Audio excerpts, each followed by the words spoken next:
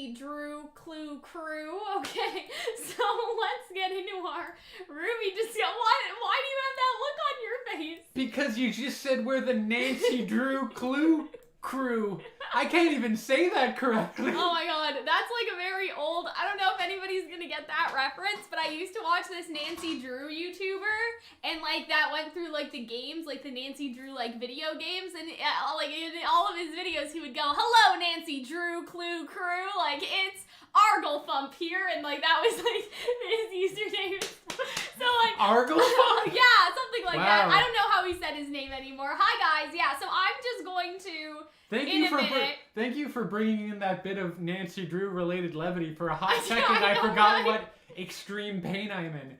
You can know I can tell because I'm using my emotional support fidget spinner. Oh god, but yeah, you guys are stressed, okay? Yeah, and so yeah, I like to change it up a little bit, you know what I mean? I like to change it up. Well, hello everybody. We were right, but at what cost? Yes. Yes, that is I don't the like case. being right when it means I'm hurt. Oh, I love being right. I didn't You guys think they need to would- understand. Like, people are like, "Oh my god, Cal's gonna cry," but then I'm the one that's I laughing watched because the we got it reaction. right. Your voice gets very high when you're excited, and your voice was so high, I think dogs are the only people that can understand that reaction. So yeah, we And have, this- not conflicting theories, but not theories, feelings, conflicting theories.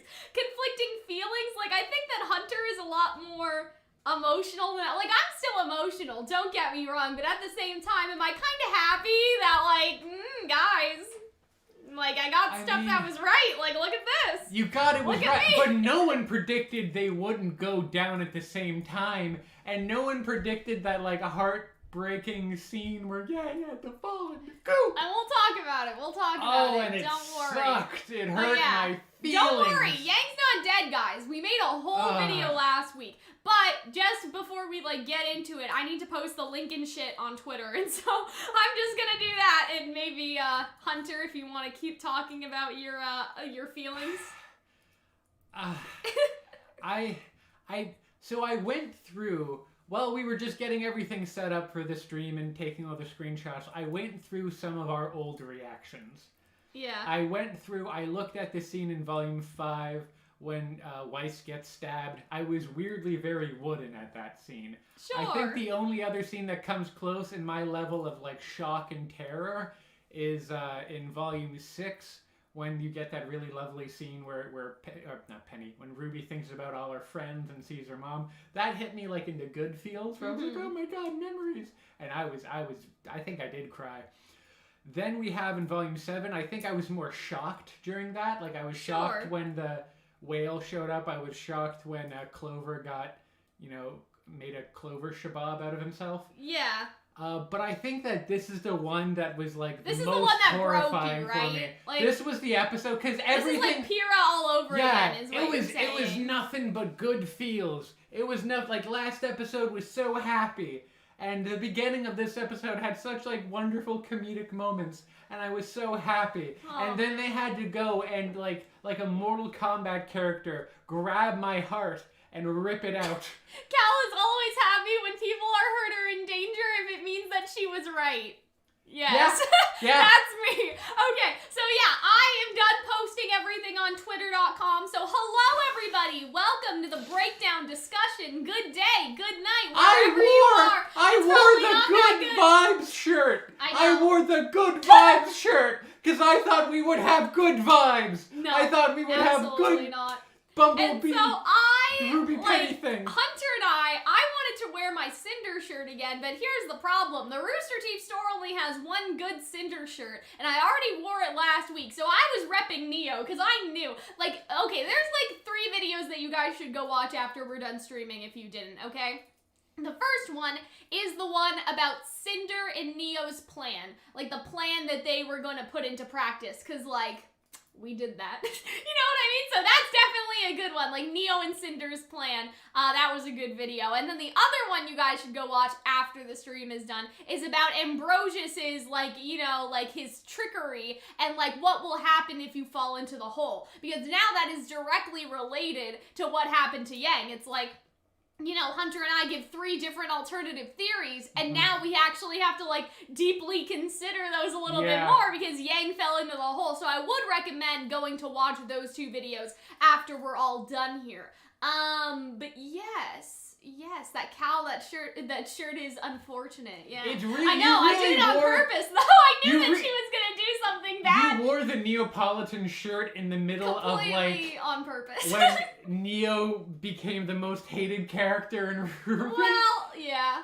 Oh, yeah, RWBY 8 spoilers is trending on Twitter. Oh my god. But yeah, and so we're here. We're going to talk about the episode as per usual. I don't know why. The fact that it's Yang, it's always Yang. Yeah. It's never Blake. It's very rarely Blake. It's also very rarely like Weiss or RWBY. I do understand what you mean. It's Yang. Yeah. Yang got her arm blown off. Yeah. Yeah, you're right. Yang almost got, like, murdered by Adam. Yeah. Separate occasion. And so, yes, I think that the others will fall with Yang because Yang is the first one to fall. So I posted this analysis of the fall scene on Twitter a couple days ago, right? And so Yang falls first, then Blake, then opening. Weiss, then RWBY. In the opening. Yes. In the opening. And so what I'm assuming, like what I'm thinking is probably that, like, I basically theorize that one person will, like, fall accidentally. One person will be pushed. One person will willingly jump in after the others. And so, like, you know what I mean? I don't know where we're at with that right now. But I kind of see RWBY maybe jumping in willingly. Like, you know, if my whole team is gone, I'm gonna take the plunge. Like, I can't believe that they're gone. I'm gonna go with them. Maybe even a dark thing. Like, a dark, like, you know, words that we can't use on YouTube, like, type scene. You know what I mean? A very hopeless. Like, what if that's RWBY's mental breakdown? Like, my whole team is gone, so why don't I just jump and go with them? But, you know, they're all alive. That could be very dark. Thank you, Hydro, for the $5 super chat. IDK, what's worse, Yang falling or the RWBY Twitter saying pandemic? Oh I pointed this out to you. I sent you that tweet where they called it the pandemic. I'm like, first off, I love that Neapolitan shirt. Thank you, guys. I like it too. I think it's so cute. Who says pandemic was such a weird move by him? I can't wait till they use that Ironwood crying thing as like, oh, when your chicken nuggies burn. Yeah. And crying Ironwood. They definitely are. They're gonna do it. I'm gonna post that on Twitter and be like, catch the RWBY Twitter account next.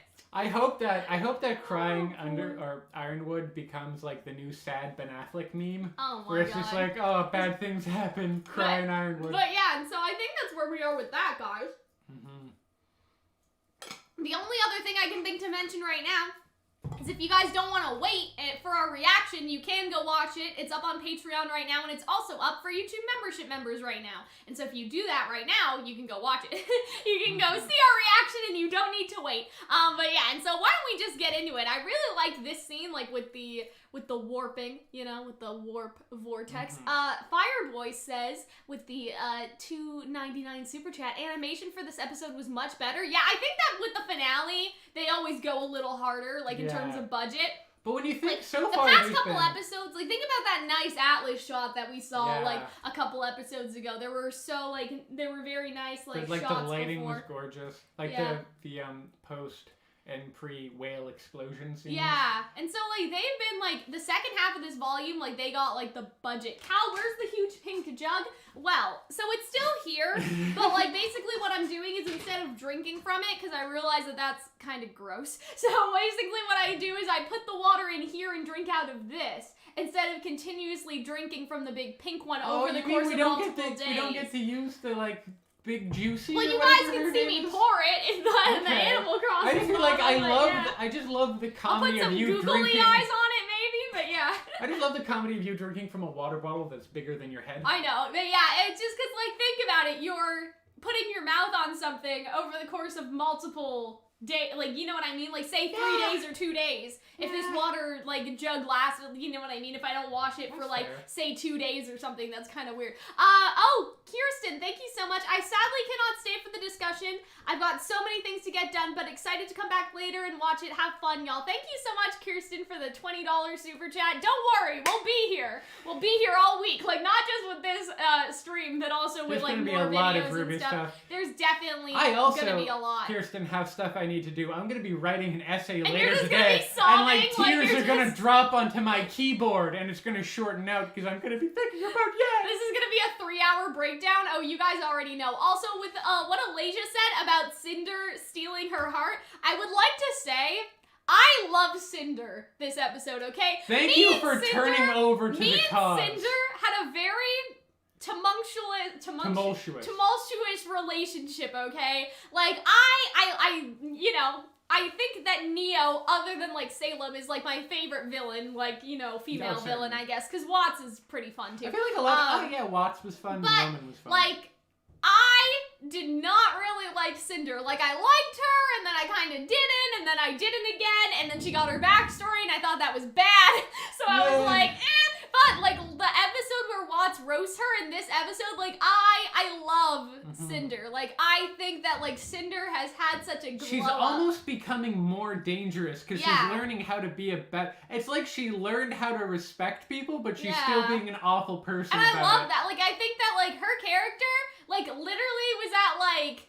here, and now I'm, like, here. Like, I'm definitely there for, like, her and Neo and stuff. Like, I'm there for her. Like... I can't wait until after the volume's finished because I would love to just make a video. Like, Cinder hits different this episode. Exactly. I almost wonder when if Cinder, because Emerald's in Vacuo by the end of this episode, so I don't know if Cinder's going to be there or have an interaction with her. Yeah, she probably won't be able to have an interaction with her. But when she does, I time. wonder how she will change, and maybe she's able to, like, if she respects Emerald a little more, will she be able to try to claw Emerald back in? I think it might be interesting to... Thank you, Aaron, for joining the Elite Nobles. And so that is, again, the YouTube membership members. And YouTube membership members of the Royal Advisors tier get our reaction today. And then the Elite Nobles get it a couple days before the episode airs. So on Thursday, oh my god, we're going to get, like, so many super chats that we can't, that we can't even progress. Hi, Dominic. Hey, Cal, it appears that RWBY Spoilers 8 is trending in the US. Yeah, it was trending here, too.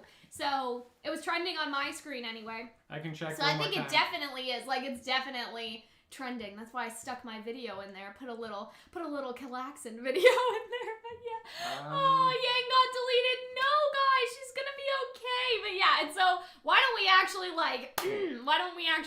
get started? Get into it. But yeah, like, Yang is definitely... Yeah, it's trending, like, 28th on Canva. She is going to... Yang is fine. Like, she's not dying, guys. I don't know how to tell you. She's not dying. Is she, though? I'm concerned. Dead. Like, she's not dead. But I'm concerned we might not see... Okay, I'm not concerned that Yang is dead. I'm concerned that we will not see what happens to her? What happens That's until next volume. Sure, but she's not dead.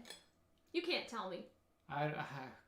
But and also just like there's only one more episode left, guys. My only consultation in all of this is that when Blake and Yang meet up again, they have to kiss this time. Yeah, that makes sense. She was disintegrated. No. I don't know. We'll see. We'll talk about it. We'll talk about it. They definitely, the way they do it is definitely in a way that it looks like she could have just died immediately. It almost looks like she disappeared. There's it looked no like her way aura she broke. didn't die. I disagree with the idea that she would have to stay dead or else this episode doesn't have any weight, because I think that our ideas for what could happen, and again, I would suggest you guys to go check out that video where we talk about what happens if you fall. I don't think that that would make the stakes any less, because I think that what happens when you do fall will be worse than death, is basically what I'm saying. Sometimes dying isn't the worst thing that can happen to you, right? And so I feel like that's kind of important. So yeah, we'll talk about it. But yeah, she's definitely not dead. We will talk about, I mean, we already talked about it. Like, we talked about it again in that video. But yeah, so we'll talk about it again. But you guys should definitely go check out that other video. It's like Team RWBY is going to fall, but where? And so we kind of predicted. Like, we knew they were going to. You would be correct. I know, but I think I am. Like, I think there's no choice. I think I gotta be correct. correct. I think right? that I'm also correct in that it looks like a lot of people fell down there with them, and so I Yeah. think Team RWBY is going to have to be Unless leaders Yang's now. circumstance is different somehow in the ways that we talked Maybe. about. Like, if Raven saves Maybe. her and not the other people, those other people died. Maybe, So, but I feel bad for also them. like the idea of like these kids that you like. So far, RWBY has been Yeah. about fighting against authority structures or how you can't trust authority. Sure. And now these kids are probably going to be authorities. We're definitely going if to have they- that with Juniper, at least. Yes. Also, can I just point out something before we get, like, started? I know, how long have we been talking for? 15, About, like, 15 minutes and we minutes. haven't started? So there is going to be a third RWBY book. And it is going to be a successor book somehow to RWBY After the Fall and RWBY Before the Dawn. Mhm. Now, could it be about like a completely different story and completely different characters? Yes. But here's what I would personally think. I think that it's not a coincidence that this book was basically like put on to pre-order on Indigo like this week, like a couple days ago. Mhm. And I think that what's going to happen is that they are going to announce this book after the volume, because there wouldn't be necessarily all that much harm in putting a description and a title if it was like separated in some way from the events of this volume, Mhm. right? You guys understand what I'm saying? And so, in my opinion, I would say that this next book, because it has been following Team Coffee, is going to be about maybe a possible time skip about Team Coffee and then Juniper and their little, like, helping all the refugees and stuff in Vacuo, and then Team RWBY will be the ones that fall in the hole or fall in the void, and like they're going on the detour, whatever that detour is.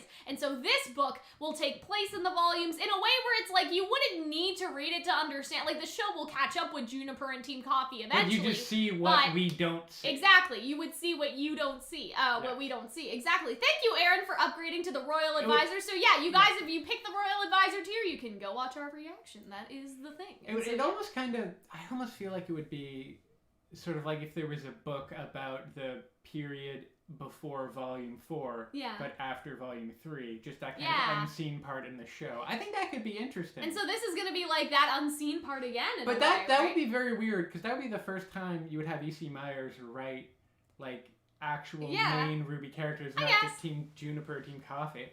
Yeah, That but would- I don't know. I think that that- works though. Like for I mean, him I to think write it'd be very Juniper, because he interesting. does write RWBY in flashbacks, right? Yeah. And he does a pretty good job at capturing true. their characters. So I think that we could do It would be pretty wild if at the end of whatever happens in that book, it's not about this, but at the end you see this happen. Yeah, something like that. I don't know. But yes, rule of 4. 4 horsemen of the apocalypse. Yes, we have talked about that before. But yeah, let's get into the stream now. I think that we've gotten all our like baseline ideas and stuff. Thank you, Lily, for also joining the Royal Court, the YouTube membership members. And so yeah, remember that to see the reaction, it is the Royal Advisor tier. And so thank you for joining though anyway. And so yeah, girl who fell through the world. Exactly. But let's talk about these kids, okay? What do we do now? We stick to the plan. How? Without the CCT, there's no way we can tell. And so Watts did that. That was pretty awkward, but I really like this. Yeah, it's all about was really gonna just step in a bunch of freaky magic doors. And so Evidently, yes. I mean, Yes, they kind will. of, but that's because they encouraged them, right? And so at first I was like, it's funny how the people of Mantle are a bit more trusting, and I think that's probably because they did get information from Team RWBY. Like, Yeah. May says something like, oh yeah, I knew that you guys would be able to do it. Like, she says something to that effect, right? So I think that it's like, it makes sense why the people of Mantle were like, yeah, let's jump in, but the people of Atlas were like, that's a little suspicious, right? And so, yeah, and so I really like this scene. Now, a lot of people say that the comedy moments seem like out of place and like inappropriate for the tone. I really disagree with that. I've really enjoyed these little like comedic beats right here where you have like, Jean's, flying through the portal and he gags. Like, I like all that stuff. Like, I think that, brings a lot of levity to the episode, and it doesn't take away from the seriousness of the episode either. Like, Jean can still feel sick and Yang can still fall to her death. Like, they are it's also contradictory in divided. tone. Like they don't jump back after Yang dies. Yeah. They stay serious for the rest of the episode. Exactly. They have all the funnies beforehand. Exactly. And so I feel like that really it's appropriate to me. I know some people don't like it. I thought that they're fun. I think that they're sprinkled. I think the humor has really way. improved in Volume 7 than 8. Yeah, I agree. Like, I think it's just sprinkled through in a way that makes sense. Like, it all makes sense to me why there's this, like, nice comedic moment. Like, I think that it's nice. I do like the Vomit Boy callback. Yeah, like, that was cute. And it's not even, like, big, funny moments, right? It's these really little things. And so I really like that. And so I like just seeing oh my god, the music in this episode, guys, like, obviously we can't necessarily, like, talk about, like, we can't show you the music, but the music in this episode felt so, like, Disney, classical you know, like, beautiful, like Disney, fantasy music. Sounds like the type of music that would play as a wizard casts a spell in a Disney movie. Yeah, like, it was just so beautiful, like, the music, and especially, like, the fight music, too, like, everything was so beautiful, and I don't even know what anime I can compare it to, but it's funny, because the other day we were talking, and a lot of people were saying that RWBY's music focuses a lot on, like, the vocals, and not necessarily the instrumental side, like, there's not, you know, big instrumental moments, if that makes sense. Like, there's not I don't know how to explain it, but like in Attack on Titan or Code Geass, you have certain like instrumental swells that like you immediately recognize. But in RWBY, it's typically like we start blasting the butt rock. Yeah, exactly. And so somebody said that, and I do think that's true. Like, I think that RWBY has like some very recognizable like leitmotifs, right? Like, you have like obviously the songs turned into instrumental tracks, like the vocal parts turned into instrumental tracks, but like the music this episode, like, it went for it. You know what I mean? With not necessarily using already established vocal tracks for the working it into the instrumental, right? Like the Cinder and Neo scene where they're killing everyone, like, right? Oh god, guys, no, there is no COVID. Don't say that. That's bad karma. Anyway, but yeah, I don't know. Did you say coping? No, COVID. Somebody said, oh guys, she has COVID because I sneezed. And I'm like, that's bad karma, sir. I wouldn't say that. But yeah, I'm fine. Oh dear. Anyway, my hands are still shaking. It's okay. Don't worry. But yeah, the music this episode was like on point. Like, it was so amazing. And I love this. Nora and I will get people through the gates. Everyone else keep to your roles. And so I wonder what Emerald and Oscar's roles were exactly, because I didn't remember. Like, I don't remember what they saw. But yeah. Ferrying people through. Oh my god, you guys are going crazy. Thank you, Alex, for upgrading to the Royal They really want to Advisors. see how we react to Yang going into the goop. And thank you, Bioluminescence, for joining the Calxiyn's royal court. And so you may have to upgrade to the Royal Advisors if that's what you were trying to do. YouTube doesn't make it clear, but there is a drop down that says what each reward gives you. And so it's the Royal Advisors tier that gets to see the reaction today, just so you guys know. But regardless, thank you guys for joining. You now have nice, pretty little crowns. But yeah, Yang is not dead. You guys are still talking about Yang, I know. But don't worry, we will get there when we get there. Don't worry. Shade is armed to the teeth with huntsmen and huntresses, but we're about to throw a kingdom's worth of negativity on their doorstep, right? And so if anyone needs help, it's them. And so I love this, because I'm so excited. Like, I'm so excited to see Team Coffee, and I wonder if we could see them next episode, because obviously you have all these like bat thingies from the books. I think they're called Ravengers. I don't remember what they are exactly, but they're like, you know, those little bats from the book, and they were in Amity Arena, like, from the book. And so imagine if like they're just fighting against them, and it's like Miss Us, and it's just Team Coffee, new outfits with Theodore, and it's like, imagine being able to see them. I think that Hunter and I would lose my mind. Considering the fact that, like, it doesn't seem like all our party poppers are gonna have, like, it seems like that. I think the Raven one's still based on the fact that they're probably not gonna find Yang until next season. Like, I feel like that we could probably blow the Bumblebee Kiss one and just buy new poppers for next Bumblebee volume. Kiss one is the one I feel uncomfortable edging from. I will, like, consider... We could pop the Nuts and Dolts popper for Team Coffee? Yes. Do you think? Okay. I think the Nuts and Dolts one, because I think that that'll still be time if it ever happens. Yeah, they're called Ravengers. Yeah, exactly. And so I feel like that's like so cool. And I hope that, you know, I hope that we see Team Coffee next time. That'd be a great way to kind of end it too, because everybody would be like fucking freaking out about Team but at the same time, right, I feel like we're gonna end on a more solemn, mysterious note. Yeah, I feel like we're gonna end on a more sad note, right? I think we will end. If they do a post-credit scene again, it would be crazy if the last scene of the episode proper was RWBY just falling into the hole, and then the after scene is maybe what happens afterwards. Yeah. But if it just went totally total and cliffhanger, then we don't know what happens when they're all in the hole. I would genuinely scream. Yeah.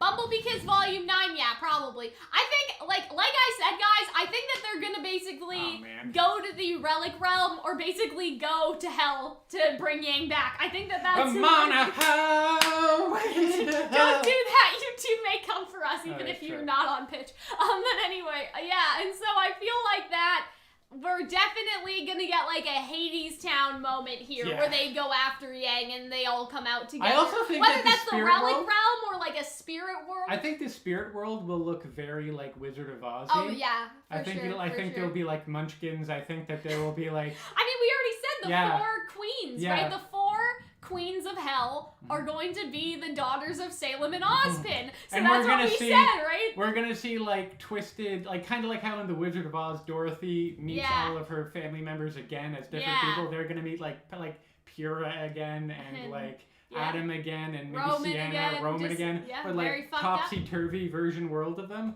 Yeah. Yeah. God, it could be really crazy.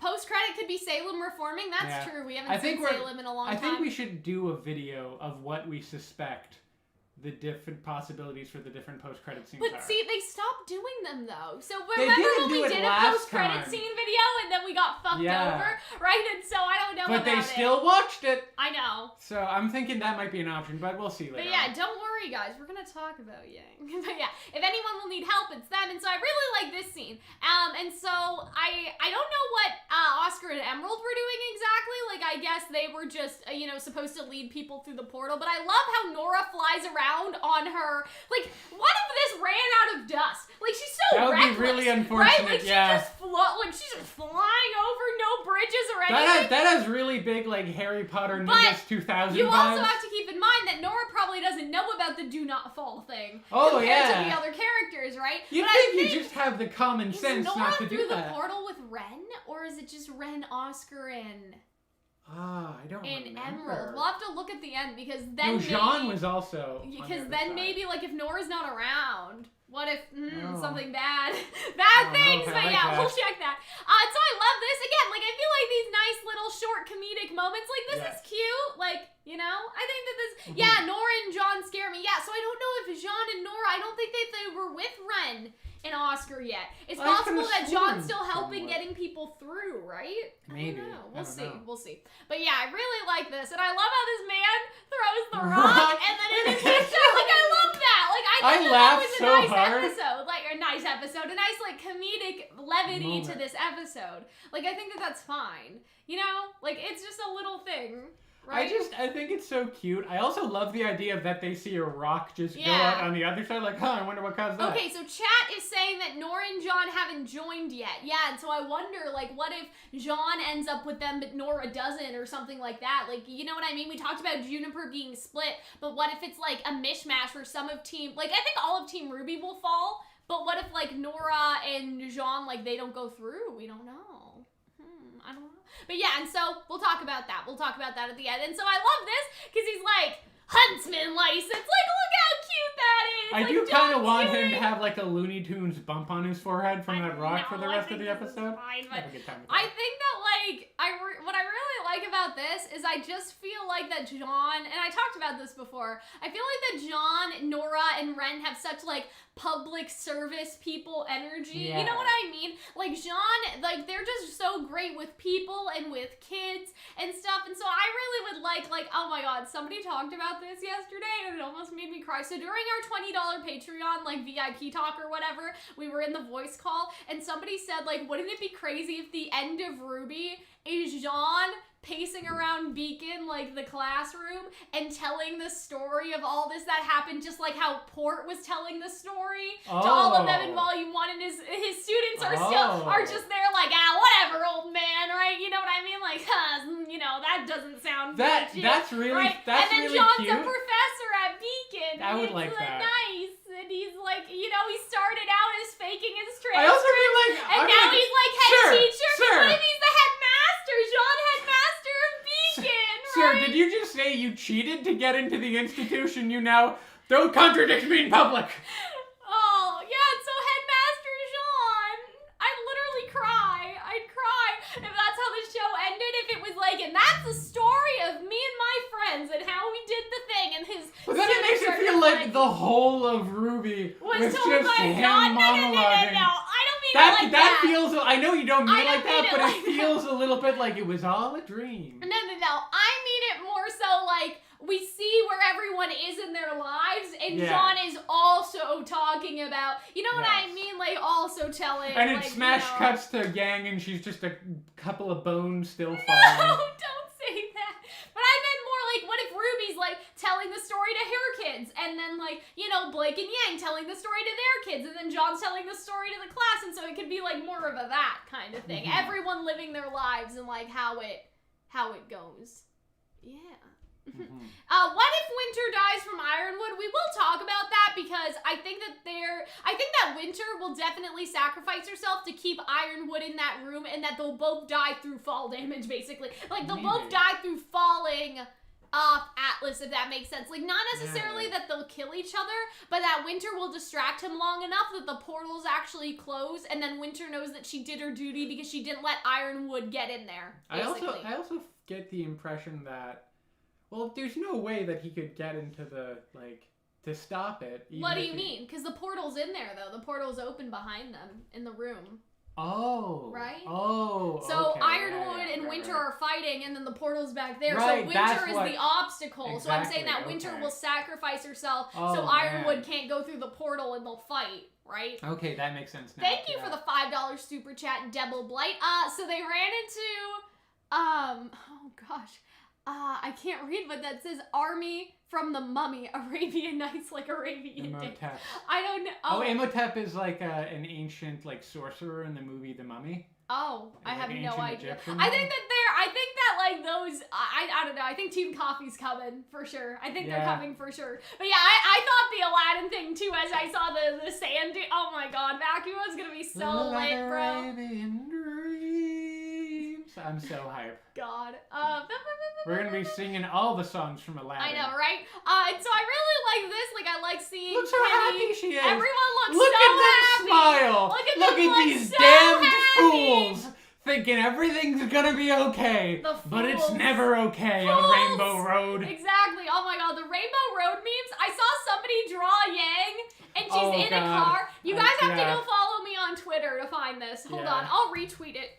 I'll retweet it right now. I retweeted it as well. So you guys can find it. But yeah, I think I just liked it, so you guys could probably find it. So hold on. Let me retweet it onto the TL, okay? So I just retweeted the tweet, and it's from let me see. You guys have to go. Yeah, go follow me on Twitter, guys. Link in the description. Okay, so it's it's Miku Roo Run. That's their username. And it's like Yang, and she's like on Rainbow Road, and she's like falling off Rainbow Road like in Mario Kart. And so, oh my God, yes. And so I retweeted it, so you guys can go retweet it too, because like, it's so good. It was so funny. What a the talent in this community, yeah. And so I really liked it. Like, look at Fiona. Like, I thought that this was She's so cute. adorable. Everything was wholesome. They wave at each other. I like how Nora says, "Watch your step," but then she's like, "What?" You know what I mean? Like, if anyone's gonna fall in, I feel like that Nora may fall in with them, right? You know what I mean? Like, even though she wasn't in the OP, I feel like that Nora's kind of in a bad spot. I also like right that now. Maeve's likes the kids a lot more. Yeah. Now. They're like, I trust you. And so I figured he wouldn't let us down. And so see, I think that she knew, right? They knew that this was Team RWBY to some degree and to some extent, right? But yeah, and so I really liked this. I thought there would be more people by now. Our job is getting Penny and the staff to Vacuo. So yeah, Penny was basically supposed to go through the portal and be safe, but did they make her? No.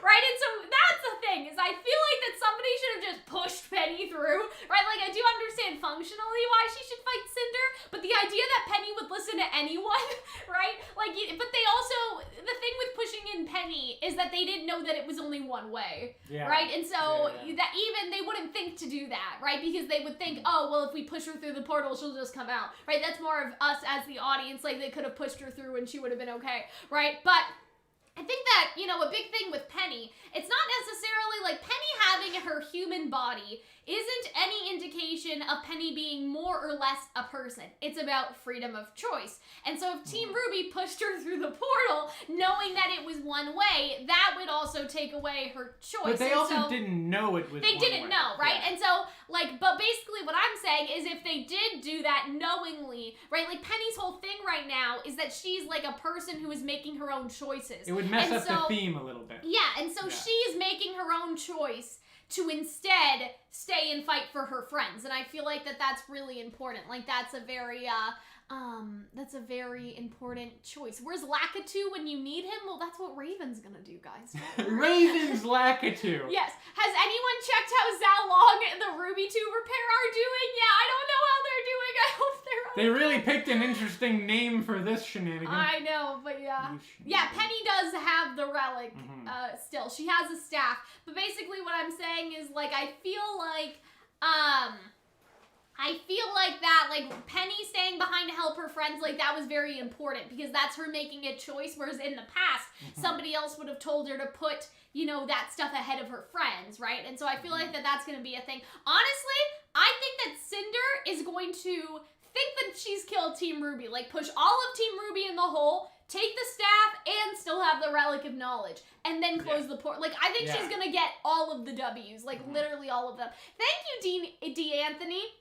I only came here to say that finally, I only came here to say Cinder is finally the best girl she deserved to be. I agree 100%. Like, I always knew she had it in her. I love Cinder now. Like, my entire opinion on Cinder has changed. Like, I feel so differently about her in a way I never did before. Like, you guys don't even understand. Like, I'm not gonna say I hated her because I feel like that's very, like, strong words, but I really disliked her backstory episode. I ripped it apart, right? And so now I think to see, like, where Cinder has gone as a character, like, I can't necessarily forgive the backstory, right? I think my criticism of the backstory still holds up, right? But, like, Cinder in this episode is everything that I've ever wanted her to be. Like, I think that it was so good.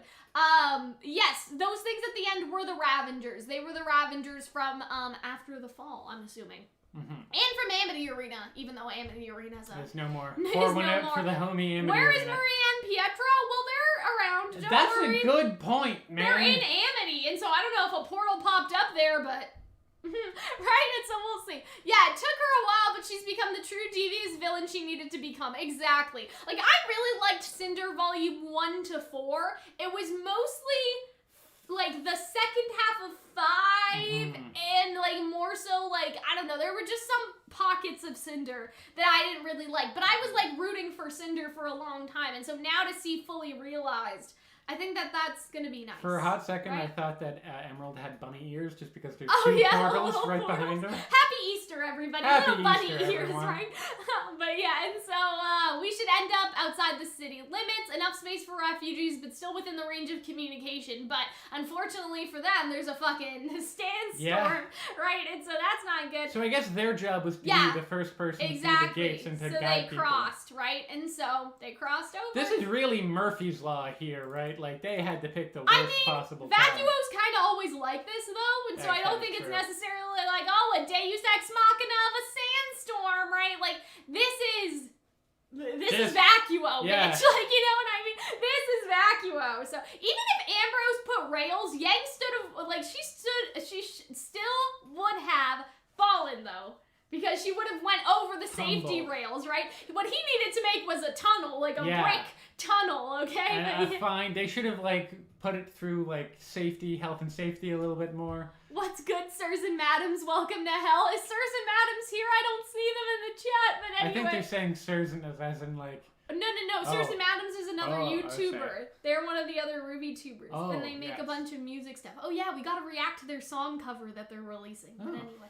But yeah, and so which way's the city? Emerald's in there somewhere, right? And so, like, yeah, they're killing the connection. And I'm like, yeah, this is just Vacuo, bro. Right? And so, yeah, Nora and John aren't on the other side yet. So that's kind of sus. But the shovel lady is. At least the shovel lady That are here. shovel lady has had a hell of a day. I know. Welcome to Vacuo, because I think they say, where are we? Yeah, so they don't even know where they were going, and it's like, welcome to Vacuo, right? And so I'm sure that some people from Atlas will have something to say about that for sure. Where is Fox Lady? Well, she was there. Shovel Lady and Fox Lady need to be she together at the all back, times. I think. I think she was at the side. You see her in a different shot. Okay. I'll show you later. Right. Don't worry. She's okay. I just need to make sure. I want to see them, like, when we actually get to Vacuo in, like, 2 volumes from now. I need to see dating, Shovel Lady and Fox Nora, Lady living together. What the fuck, Nora? Like... That is so Harry Potter. And do you see Cinder looking over at Nora? Yeah. I feel like that's sus. Like, I feel like that's probably bad, right? Well, yeah, very clearly it's bad. But she no, goes but on I mean, to... her looking at Nora particularly could be bad for Nora later as Maybe well. she's like me when I first watched RWBY and mistook Penny for Nora. She's like, there's the... Oh, wait, different Ginger. Boy. Start digging, Shovel Lady. We're gonna need some cover. That's yeah, so kinda. Because she still has the shovel, doesn't she? I really hope she, like, whacks at a Grim with her shovel. I really hope she does. God, that makes me so happy. And yeah, now Tyrion and Mercury are in Vacuo too. Well, they're on their way. Well, yeah, they're on their way. They're probably not there by now, but that's gonna be interesting. They're gonna be so confused when they show up there. I thought it was gonna take so long for them to get to Vacuo, but it seems like it's actually like getting a little closer than we thought. You know? That might be a little advantageous for them to cause chaos after there's already such a crisis of appearing in Vacuo. Yeah, very true. Very true. I'm terrified for the Vacuo seasons. Something just occurred to me. I'm sorry, guys. Hold on. Something just occurred to me in terms of, like, recording, and I'm a little worried. Oh, yeah, that's fine. Okay, hold on. Sorry, guys. Oh, god damn it. Okay. Don't worry about it, but I kinda fucked up on something for our reaction. Oh. So the other day when I was recording Miraculous, I had a color corrector on because, like, my face was really red. Mm-hmm. And so we recorded our reaction with the color correction. So our reaction probably looks like kind of sad and not very saturated because it just occurred to me that I kept that on. I mean, we still look fine. Like, I'm looking at the video right now, and, like, we look okay, but, like, you can definitely tell that, like, it's been dollified I see. a little bit. Now we look a little more. Well, to be fair, a little more vibrant. it's probably appropriate to have a really dullened colors. We're now in the void. Like, my soul is sad, so I might as well look sad. Yeah, it's just because it, like, occurred to me as we were talking, I was like, fuck, did I take off the color correction? And the answer was no. But yeah, don't worry, we won't do that again. But yeah, now we can't fix the video, so you feel sad. But yeah, anyway, so yeah, that was, like, totally irrelevant to what's going on. It just, like, it popped into my brain, and so I was like, uh-oh. I mean, I guess I could re-export it to YouTube and, like, change our color in, like, Premiere Pro, but it's probably not like that. Also, I think it's that appropriate big of a deal. to look... Like, it's only a little less saturated. Yeah. It's not, like, black and white, you know what I mean? I just, because... It should be black and white, and there should be sad violin music going on in the background. Yeah, just because for Miraculous, like, I wasn't wearing any makeup, so I had to change all the settings. But anyway, but yeah, now we're fine. So yeah, those people are probably dead. They got straight yeeted. Yeah, they did. Yeah, but, like, if they fall down there, then I'm like, Team RWBY are gonna have to be looking after. Oh, there's this little. Oh yeah, if they get away though, that's the thing. If they do get away. Like, if the kids fall in the same place as the people. Mm-hmm. So. Presumably they would all drop in the same or similar spot. Real quick, if you look close at Shovel Lady, she's carrying Fox Lady's child in her arms to the portal. Yeah, she was, and so I feel like... What a good stepmom. I feel like that, I think that we actually saw them in another shot together, so I think that's good. No, Fox Lady didn't die. We see them later. Don't worry. But thank you again, Dominic, for the $5 I've not cared so chat. bad about a background character as much as I care about... Keep going. We'll handle this. And I'm like, yeah, you guys were so naive to think she would actually keep going. Like, no. Right? And so I love this for Cinder, though. Like, this was such a nice shot. But it's interesting how she goes after Team RWBY instead of going after Penny. But I guess her logic is if she goes after Team RWBY now, Penny will be freed up. Yeah. Right? You know what I mean? Like, almost like divide and conquer kind of thing. Like, now if Penny's separated, she can go after Penny separated later.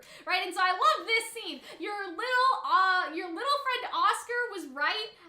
But but the easy part ends here, and I love that. Like, I love these lines, and you see everyone's surprised. She's like, all right, who told her? And I love how Cinder says, how did you know about that? So she's like teasing that. Like, I thought that was so fucking funny. Like, I think that Cinder's character in these scenes is really, really nice. Oh my god. And so I really like this. Then we get an explanation of how she has this information. And so I love this. Like, Cinder's growing. Her character development. Guys, she has the right to be angry. I know I haven't upheld my end of the bargain. I'm sorry. And what did Cinder say that she's sorry? Character development? Like, what a fucking good, like, what a good, like, oh my god. Cinder right here, like, this is the changing point for me. Like, I'm a Cinder simp, okay? Like, I feel Thank you for finally joining my cult. this is just so good. Like, when's the last time Cinder has apologized to anyone? I don't think she ever has apologized. Right? And so, and I like this from Neo, though. Neo's like she's still a little skeptical, right? And so I like this. But to do that, I need to ask the lamp a question.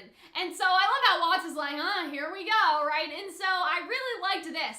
And I love this because I'm like, what magical properties does Roman's hat have? Or I guess it just shrinks to fit in wherever you put it, right? Because it starts to grow. So she just had it on the top of her head the whole time. She's just saying what Neo wants to hear.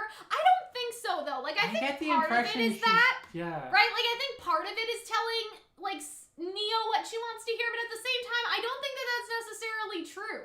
Like, I think that Cinder is saying this, like, in a truthful way. Not in a manipulative, like, oh, well, I promised you this and I won't get it for you. Right? Like, she actually does go after Ruby. She understands that she needs to respect people. Yeah, exactly. And not be dismissive of them. Like, I think she's genuinely, like, being like, she's genuinely working with Neo and choosing to work with Neo.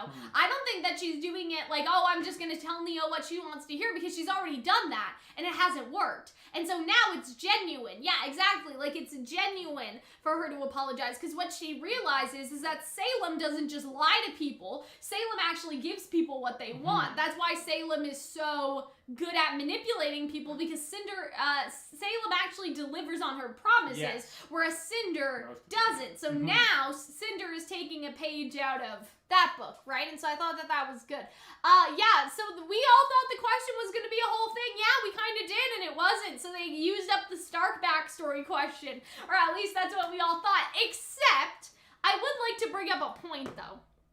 Okay? So Team RWBY used one question. That question is going to be 100 years later, right? Cinder used the last question. That question is going to be 100 years later, right? But what about that question that was the very first question? Because it's possible that, maybe not now, because I think that would be a little Deus Ex Machina if it was like, oh yes, the 100th question expired tomorrow. Like, I think that that would kind of be bullshit. But it would kind of make sense if he used all three of them, at kind of one after the other. Like a succession, right? And so succession. Basically what I'm thinking is that if Ozpin originally used all three in a succession, and then we had two free up, right? We had two free up. When's the third one going to free up? Like, that's my question. So what about the first question? Could that be, coming up recently? Could that be a year from now? Like, you know what I mean? And so we still have, even though two of the questions are outside of play, there is technically one question that is still possible to come up during the duration of RWBY, because it really just depends what Ozpin asked and when he asked it, because there's still the very first question. They all go on cooldown at the same time, but that's not true, though, because then why would we only have two instead of three, right? There was only two questions left, right? The rule was the 100-year countdown starts now for all three. I thought it started after you asked one. So, like, if Ozpin asked one 99 years ago, right, the next question would come up, like, this year, right? Like, do we know if that's the case, or if they all reload in a batch? I don't know, but, like, it would, I don't know. I don't think that it would reload in a batch, though. That wouldn't, I I don't know. That wouldn't make as much sense to me for them to all I think the reload way at she once. words it is that you have to wait 100 years Yeah. after asking a question to ask a question again, Yeah. which implies to me that like the second you ask a question, Yeah. that one has a... So, like, if Ozpin asked a question 99 years ago, it would be freed by Volume 9. Like, that's basically what I was thinking. Yeah, we don't know. But that's what I was thinking. Like, so it's, I mean, like, for all intents and purposes, 3 every 100 years? No, I thought it was like 1 100. Like, one, you know what I mean? Yeah, each individual, like, you can have 3 of them going, Yeah. and both of them have their individual 100-year timer. Exactly. You know what I mean? Like, each of them have their own timer by themselves. None of the 100 years counts after. But yeah, I mean, I guess we don't know. But I think that, like, for all intents and purposes, we can assume that there are no more questions. However, like, in the back of our heads, we should think that sometime in the future, it could be possible for that one to free up if they do work that way. But since we don't have any confirmation, it's kind of hard to say. But yeah, we don't really know. Because what was the first question? Like, what was the first one? Because we don't know, right?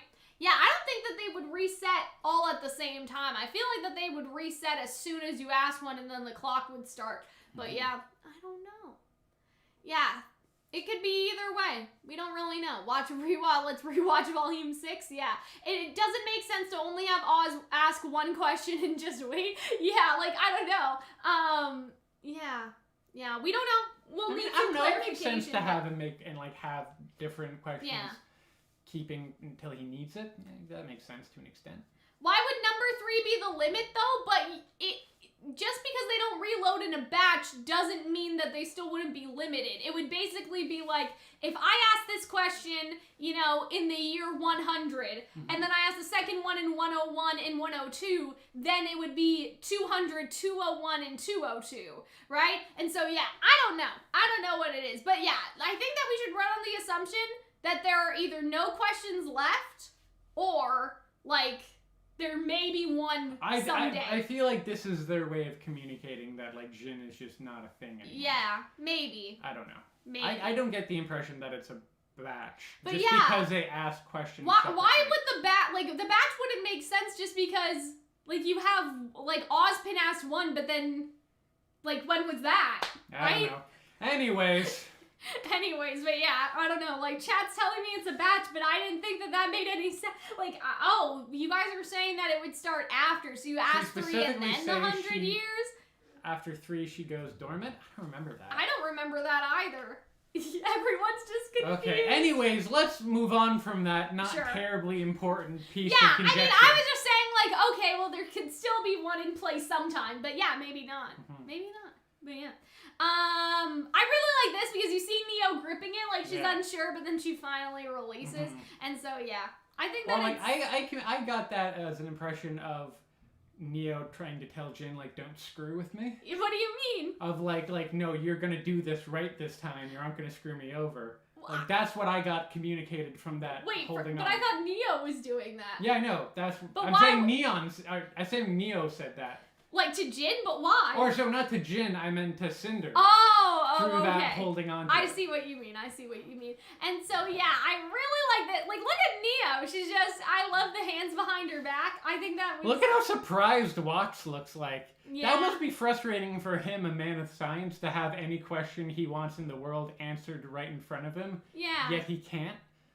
Yeah, he can't. That must be upsetting. Because, yeah, I mean, I don't know. Like, what does Watts need to know? Like, Watts knows a lot of stuff, so... Oh, boy. But I really like this scene. And, yeah, it gets rid of this question, and I know some people may be like, but, like, Cinder used it on something pointless. How could they do that? We want to see Team Stark backstory. But, like, you guys can still see Team Stark backstory without Jin presenting it. You know what I mean? Like, backstory has been done in RWBY without Jin being the necessary presenter, right? And so there's still the possibility that in the future we could get a more, like, you know what I mean, backstory-esque question that people sort of expected. I don't think it's a waste. It fits in with the plot, right? Like, it fits in, you know what I mean? Like, even though, oh yeah, pointless question, like, it makes sense, right? But yeah, good call, Hunter, about Watts. Yeah, Watts must be so sad. But yeah, what have RWBY and her teammates planned? I also like that Jin appears to not like having to sell out her friends. Yeah, I think that Jin kind of liked RWBY, and now to see that these are the bad guys. That's interesting that they have sort of personalities beyond just like very one-dimensional tools. I agree for sure.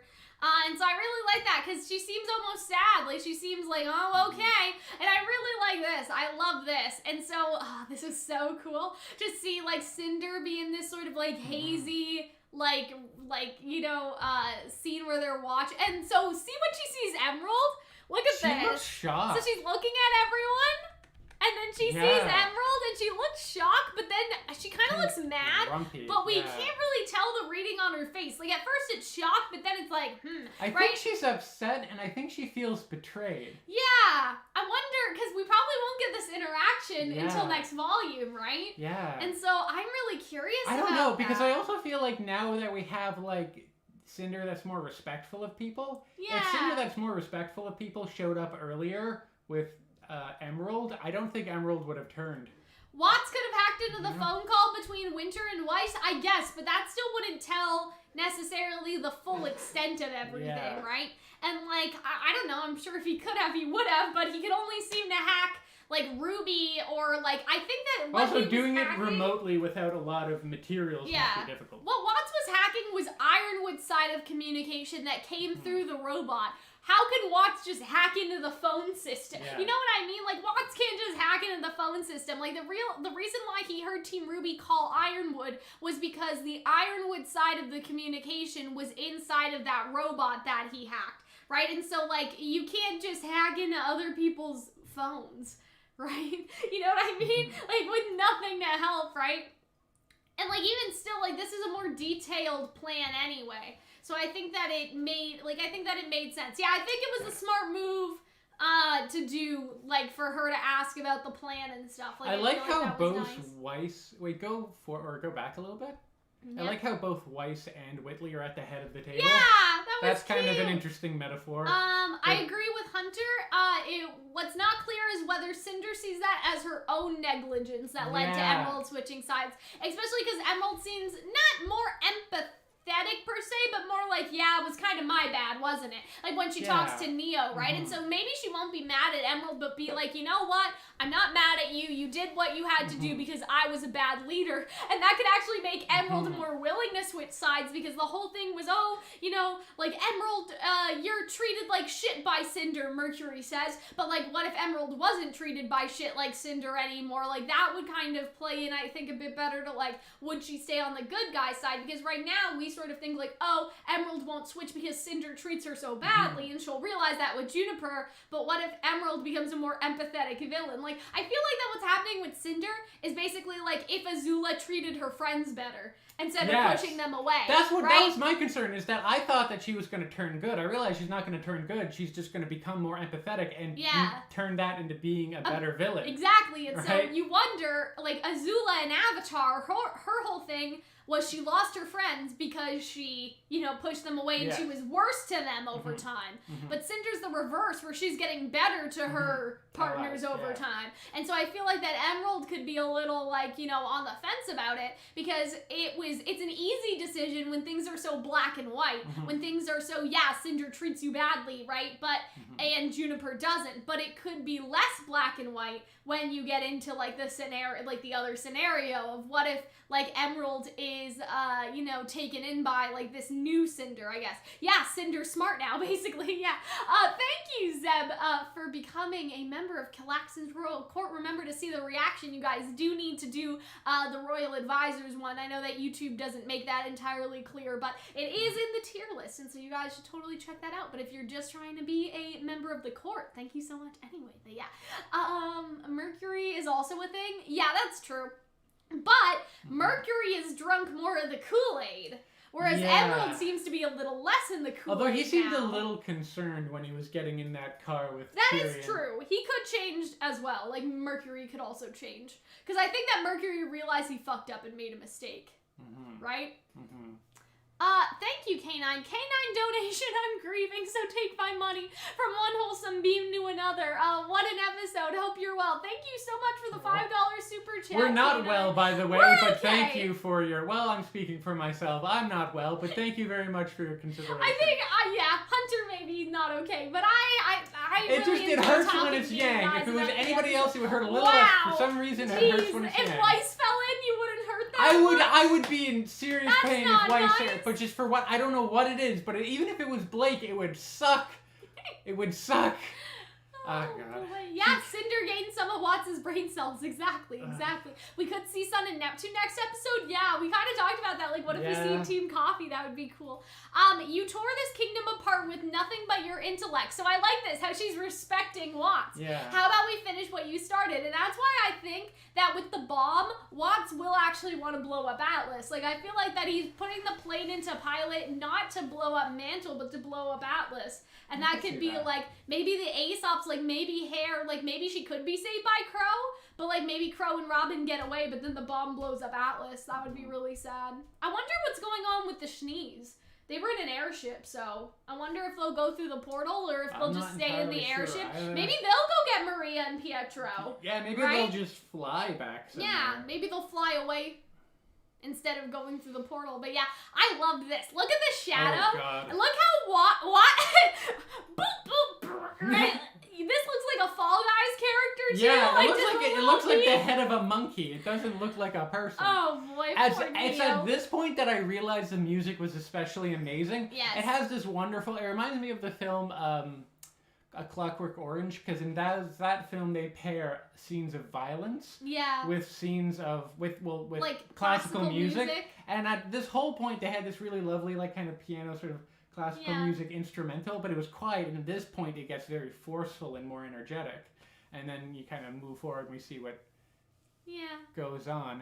I love this. I love that this man has a gun. I know, like somebody, he took a gun from one of these people, but yes, thank you, Zeb, for upgrading to the Elite Nobles. Elite Nobles do get to see our reaction on Thursday for early access, so yeah.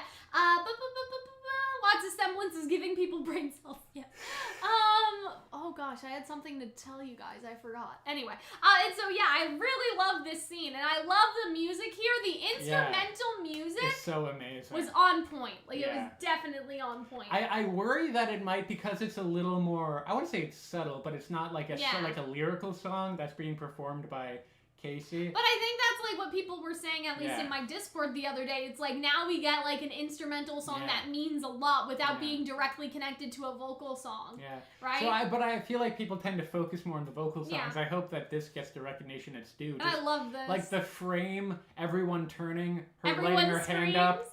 And then the cut, everyone's dead. And then this is when the music gets really rough. Yeah, look really at Neo energetic. just smacking this person. That really reminds me of A Clockwork Orange. Yeah. It's very... Oh, because everything he uses in this he scene beats is people so with good. a cane in that I love movie. the cut. I love Cinder sitting on the desk. Right? We simping. We're all simping. I know, we're all simping. Oh, believe me, this is everything I ever wanted. And so it's like she makes Watts happy. Yeah. Right? Yeah. And she earns his respect. And that's crazy. And I love that. I think she's learning like to use the carrot instead of the stick. Yeah. It's so weird to see her become a better person, but not to do good in the world. Just to be better at doing... She's being better at doing the bad. And I love that. Like, it's so unexpected. And and that's such I do a nice like twist to it, though. I like that, because normally we don't see that with villains. Is Neo redeemable? I mean, listen, I don't see why not at this point. Like, yes, did Yang fall in the hole? She did, but at the same time, despite Yang falling in the hole, Yang is most likely alive. And so when you think about it, like, Emerald got redeemed and she helped to kill Penny. So ultimately, if Yang is alive, then it would be the same as Penny coming back. As long as if Yang was dead, I feel like there would be no Neo redemption. But considering that Yang is probably fine, there probably could be Neo redemption. I think there will be Neo redemption, and that Neo might not be on Salem's faction much longer. I think she might realize that... I think she's not redeemed, and that she'll still be like an amoral murderer. I agree. I think that Neo will just be like, I don't want to see the world end, and that she'll turn against Salem. Yeah, it's more. Yeah, I feel like that I feel like that Neo doesn't want the world to end, ultimately. Like, I feel like that's the thing, right? How is Yang gonna come back, though? I'm so glad that you asked, Cobalt, I think. I don't know. But yeah, you guys should go, I think that says Cobalt, your username. But yeah, you guys should check out the video we made, and it's called, and I'll tell you, Team RWBY is going to fall, but where? And so we made that on Wednesday. You guys should go watch it after our stream is done. We'll talk about it a little here as well. But you guys should go watch it. Like, that theory is, like, more important than ever now. And look at this! Look how nice she's being! Yeah. Why was this so nice and sweet? Like, this was so nice. So much. And, like, wholesome. And, like, look at Watts. And we'll be back. Like, they're coming back for him, too. And so I thought that was so nice. I also feel bad that Bill... Do you think Bill died, or do you think Bill survived? No, because he's they kicked him out of there. I think he's dead.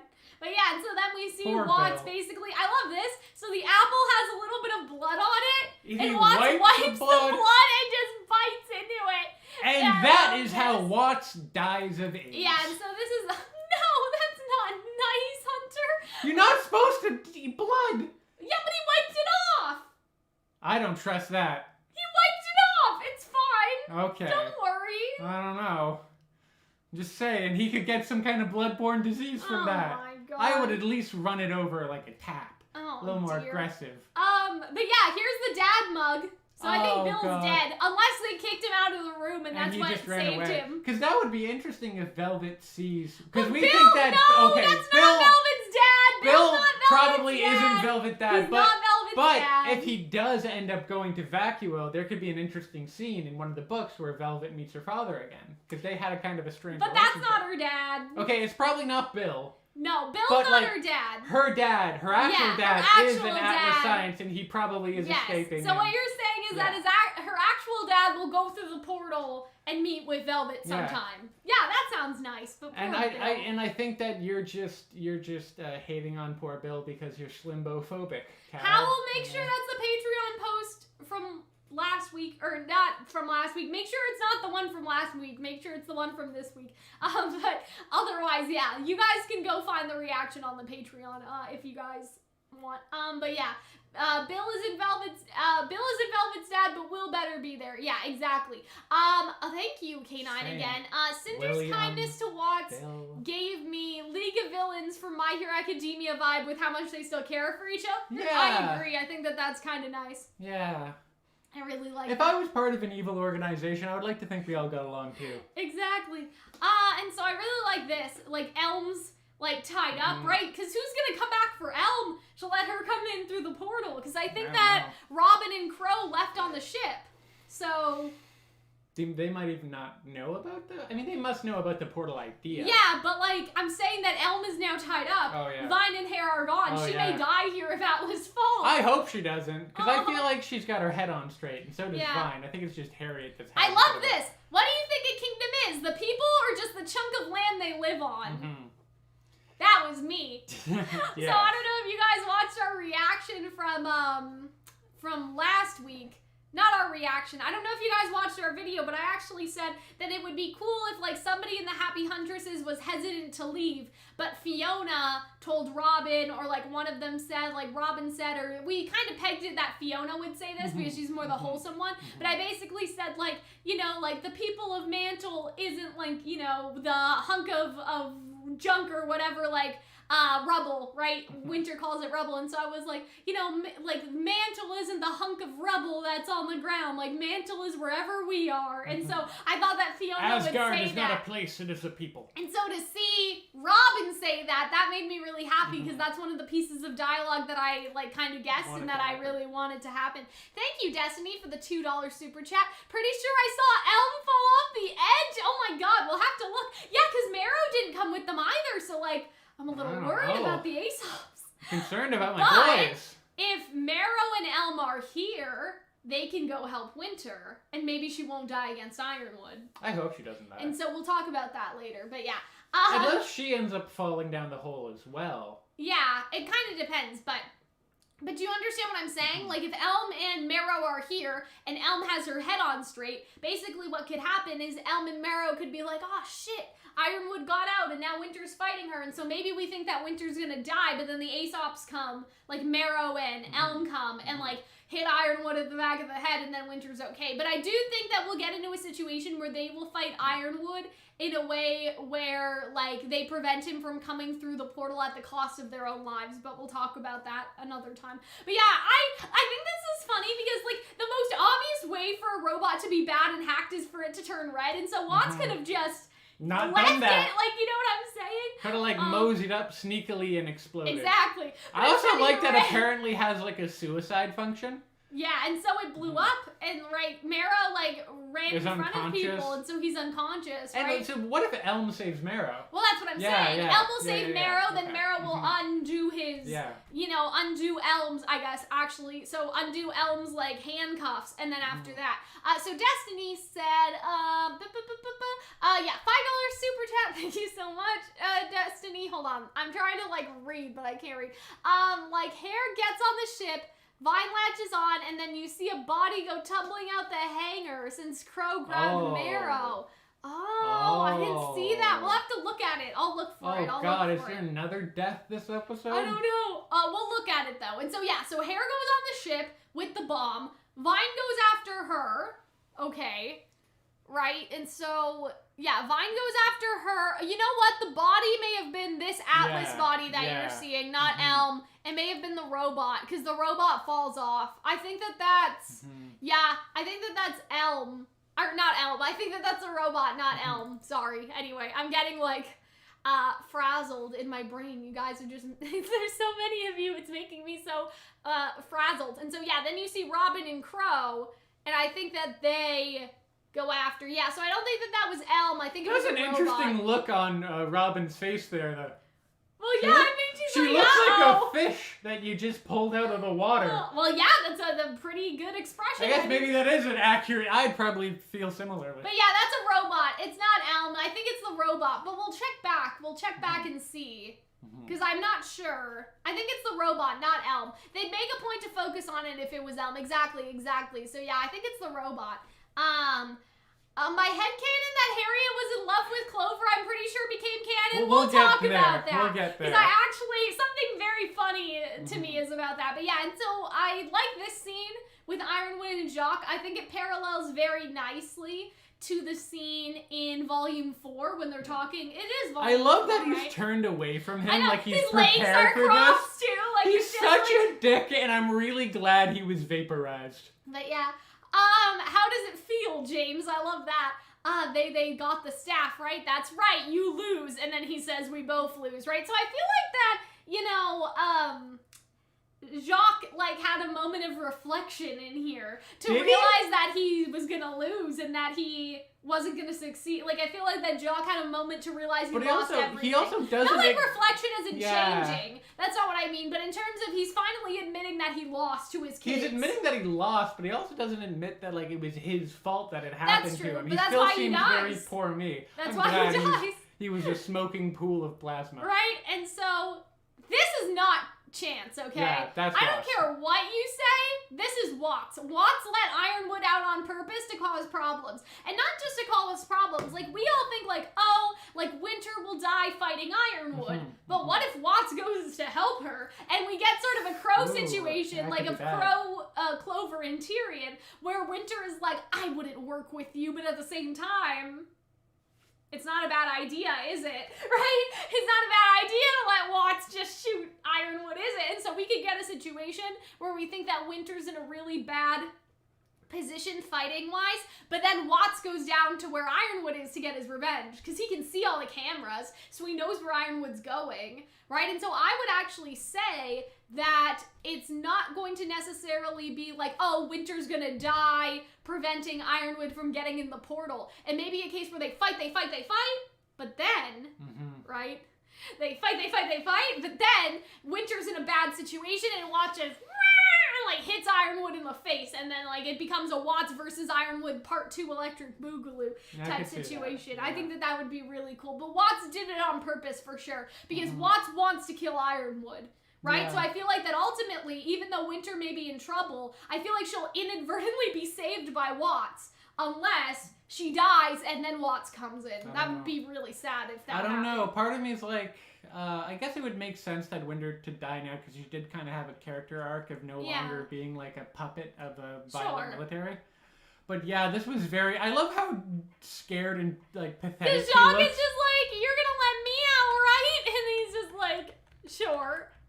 And I love this. I love his voice here. Like the voice acting was really good. Yeah. And perish. I've never seen someone look so blasé as they murdered someone. The hair's out of place Yeah. because he's, that's sort of the representation for him being a little sus, is the hair out of place all the time. So I feel like that was really, really good, and I just love this. And so I'm pretty sure there's no way that Jock is alive. Unless he's hidden in the back behind that. He is the flame. I think the point of this was to not show his dead bodies on fire. Oh. You know what I mean? Oh, yeah. Because I think that maybe he could be like behind the flame. And this is some green, like, Lion King type smoke. It's so funny because this isn't how I thought Jock would die at all, and so I feel like we kind of missed it. I feel like it's kind of like Hazel in a way.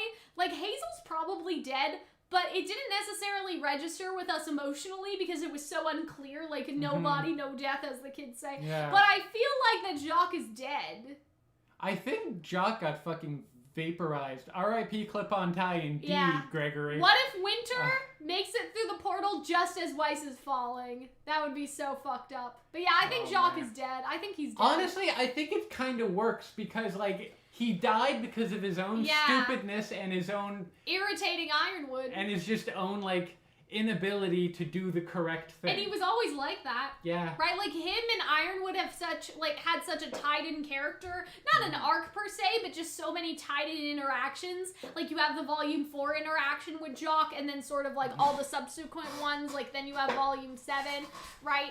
I also like the idea that, like, a lot of people wanted it to be, like, one of his kids to do it. But I almost feel like he's already dead to them. Yeah. So it wouldn't even matter if he was involved. Yeah. I feel like that Weiss scene where she arrests him, that was her closure. And so I feel like to just have him be killed because he screwed over someone that he shouldn't have screwed over, I feel like that's a kind of appropriate ending for him. But yeah, it just feels so, like, not necessarily, I don't know. Anticlimactic? Yeah, a little, not necessarily anticlimactic, but, like, I did sort of feel that, like, in terms of, like, I feel like the emotional impact of Hazel and Jacques were kind of not there, because with Hazel, it's still like, well, did he die, though? I guess so. I see what you're saying with that little bit of ambiguity.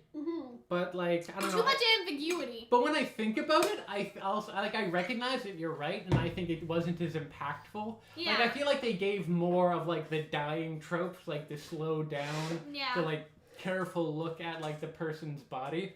Yeah. To Yang, and Yang probably isn't even dead. Whereas with Hazel, you never see his body, and the same thing with Jacques. And so, I don't know.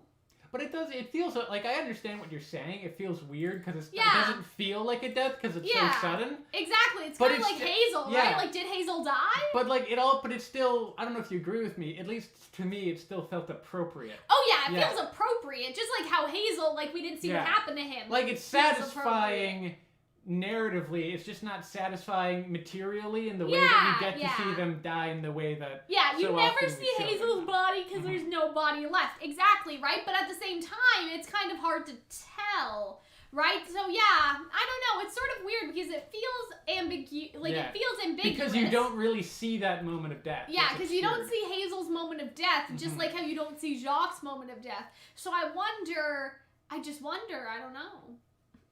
I don't know. But yeah, like, I would like if after the volume's over, the writing team could confirm if Hazel is dead, if he was indeed, if we as the audience were supposed to get the impression that Jacques and Hazel were dead, I would like them to confirm it because I feel like so many people are still confused. What if to confirm it, they had Whitley fly over to this holding facility? To get Jacques but he doesn't see Jacques. All he sees is like a clip-on tie that's scorched, God. and it was like, this is Dad's clip-on tie. God, but yeah, I see what you mean. Like, Whitley Blake could go get Jacques because, you know, the whole plan was to get them out before Atlas fell and everything. Yeah. But yeah. That's going to be really awkward to just see her dad a smoking. You're the only people I've seen that think Hazel might be alive. I mean, I don't think that he's alive. Like, I'm not like, guys, Hazel's alive. Like, I'm not theorizing that he's alive. It just didn't emotionally register that he's dead. Does that make sense? Yeah. Right? And so I feel like that... I don't know. I feel like that scene was a little too ambiguous because I feel like that a lot of people are like, yeah, okay, he's probably dead, but that didn't register for them emotionally. Like, there has been more emotion about Yang falling in the hole to Hazel's death. Yeah. Right? Right? Well, like, let's compare Pura dying to Hazel dying. With Pura, you had like a last words. You saw her body disintegrate. Exactly. It was very close up and personal. You saw the look on her face as she died. You saw the exact action that killed her. It's not that people think that he's alive, because chat's like, oh, Cal, how's that confusing? Like, there was literally a bomb, but like, it's not confusing in that sense. It's like, think about all the other deaths that we've gotten in the show. It's just not presented how we're used to seeing. Think about how Adam died, and how Pyrrha died, and how Clover died, and then look at Hazel and Jock. Right? Like, it's not really about confusion. It's just about, like, it breaks, you know, the sureness that we've gotten for other character death. And so, of course, you wouldn't necessarily be like, oh yeah, Hazel died. It's so, like, clear, just like it was clear when Adam died, because their deaths were so different. Right? I think a better comparison is Clover and Hazel. Exactly. Like, we saw Clover die, and we saw his dead body later, and, like, we probably didn't need to see his dead body, but we did see him die. And so I think that Hazel and, like, Jacques is a weird sort of case, because you don't feel that same emotional impact as the viewer. It doesn't hit the same way. Exactly. That's how I felt. And Vernal's a good example, too. And it also felt like with Hazel, there was so much other stuff going on. Like, you had to consider that, like, an explosion was happening, or maybe it was something else, and are the kids escaping, and is the whale exploding, and also Hazel is dying. I feel like no one cried about Hazel, though, because people were like, okay, is he dead, though? It's kind of like here, like, he dies, and then immediately another fight, so it's almost, I can't mentally process that, whereas like Adam dying and Pyrrha dying, a lot of space was given to them dying, so you kind of thought about it. I think that's an interesting point. But yeah, you guys are like, does this mean Black Sun's gonna happen? Why do you guys think that only Yang is falling in the portal? Okay? If you guys think that just Yang has fallen into the hole... That's weird. I wonder how the Black Sun shippers are reacting to this right now. Yeah, like, well, they shouldn't react too hard, because everyone else is gonna fall too. Like, if the OP is any indication, I pointed this out on Twitter, but the OP specifically, Yang falls first, then Blake, then Weiss, then Ruby, in that order. And Yang is further along than the other characters. Yes, and there's precedent for this, because in Volume 3 in the opening, we see the group is falling down. And who blows away first, and the person that blows away first is Pyrrha, and Pyrrha obviously dies in that fight. And so I feel like that, like, obviously, the other girls aren't gonna, you know what I mean? No. Like, first of all, Yang's not dead, so let's, to quote the great magical Max. But I feel like the other girls are gonna fall in for sure. To paraphrase the great magic Max, Yang's not dead. She's just mostly dead. Until she can get saved. Oh, God. Just needs a little bit of help.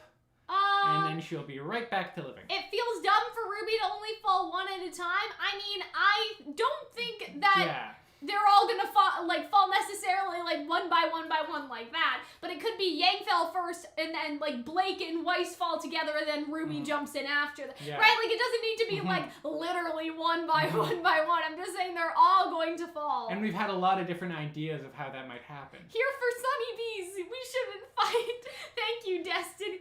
But yeah, and so let's talk about now the fight. This was epic. Like, the fight scene here was amazing. Weiss used her glyphs, and like, you know, Ruby's around like going like this to Cinder, and like Cinder is a distraction. Yeah. Let's remember that. Cinder is just a distraction for Neo. You know what I mean? Like Mary Poppins Neo. Exactly. And look at this. Look, gravity dust for Blake. And then how Blake, like, jumps up to fight. Like, it's kind of hard to see just because they're so small and stuff. But, like, this was, like, such a good fight. Yeah, it was a great fight. Look at this. Scene. Oh, my God. And then we have the tornado, and that was really cool.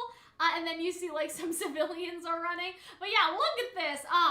I knew your plan would be bold, but I could have never predicted this, right? At least not without a little help from Jin. And so I think that was good for her to tease them about that as well. Now, you can actually see... Oh, is that the back of her head? That's the back of Neo's head. That's weird model. She looks like she's lumpy. It's not necessarily that. I think that Neo is like cracking underneath the skin of this person, if that makes sense. I think, or it's the shadow. I think that's maybe? The shadow from her hair. It's so weird. It's like okay, feathered. yeah. This is a weird. Well, I mean, it looked fine at the moment. It's only when you pause it that you see the little, how like wonky the back of her head looks. Yeah, it does look I think it is the lighting. I think you're right. I'm like, wait a minute, what? Well, what I'm concerned is Hold that on. like the kind of orbital at the side of her head. The orbital? What do you mean? Like the orbital, it looks like a little ball. That might be her ear.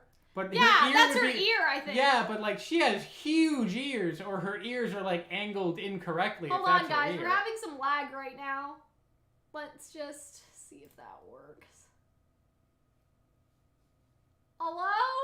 Okay.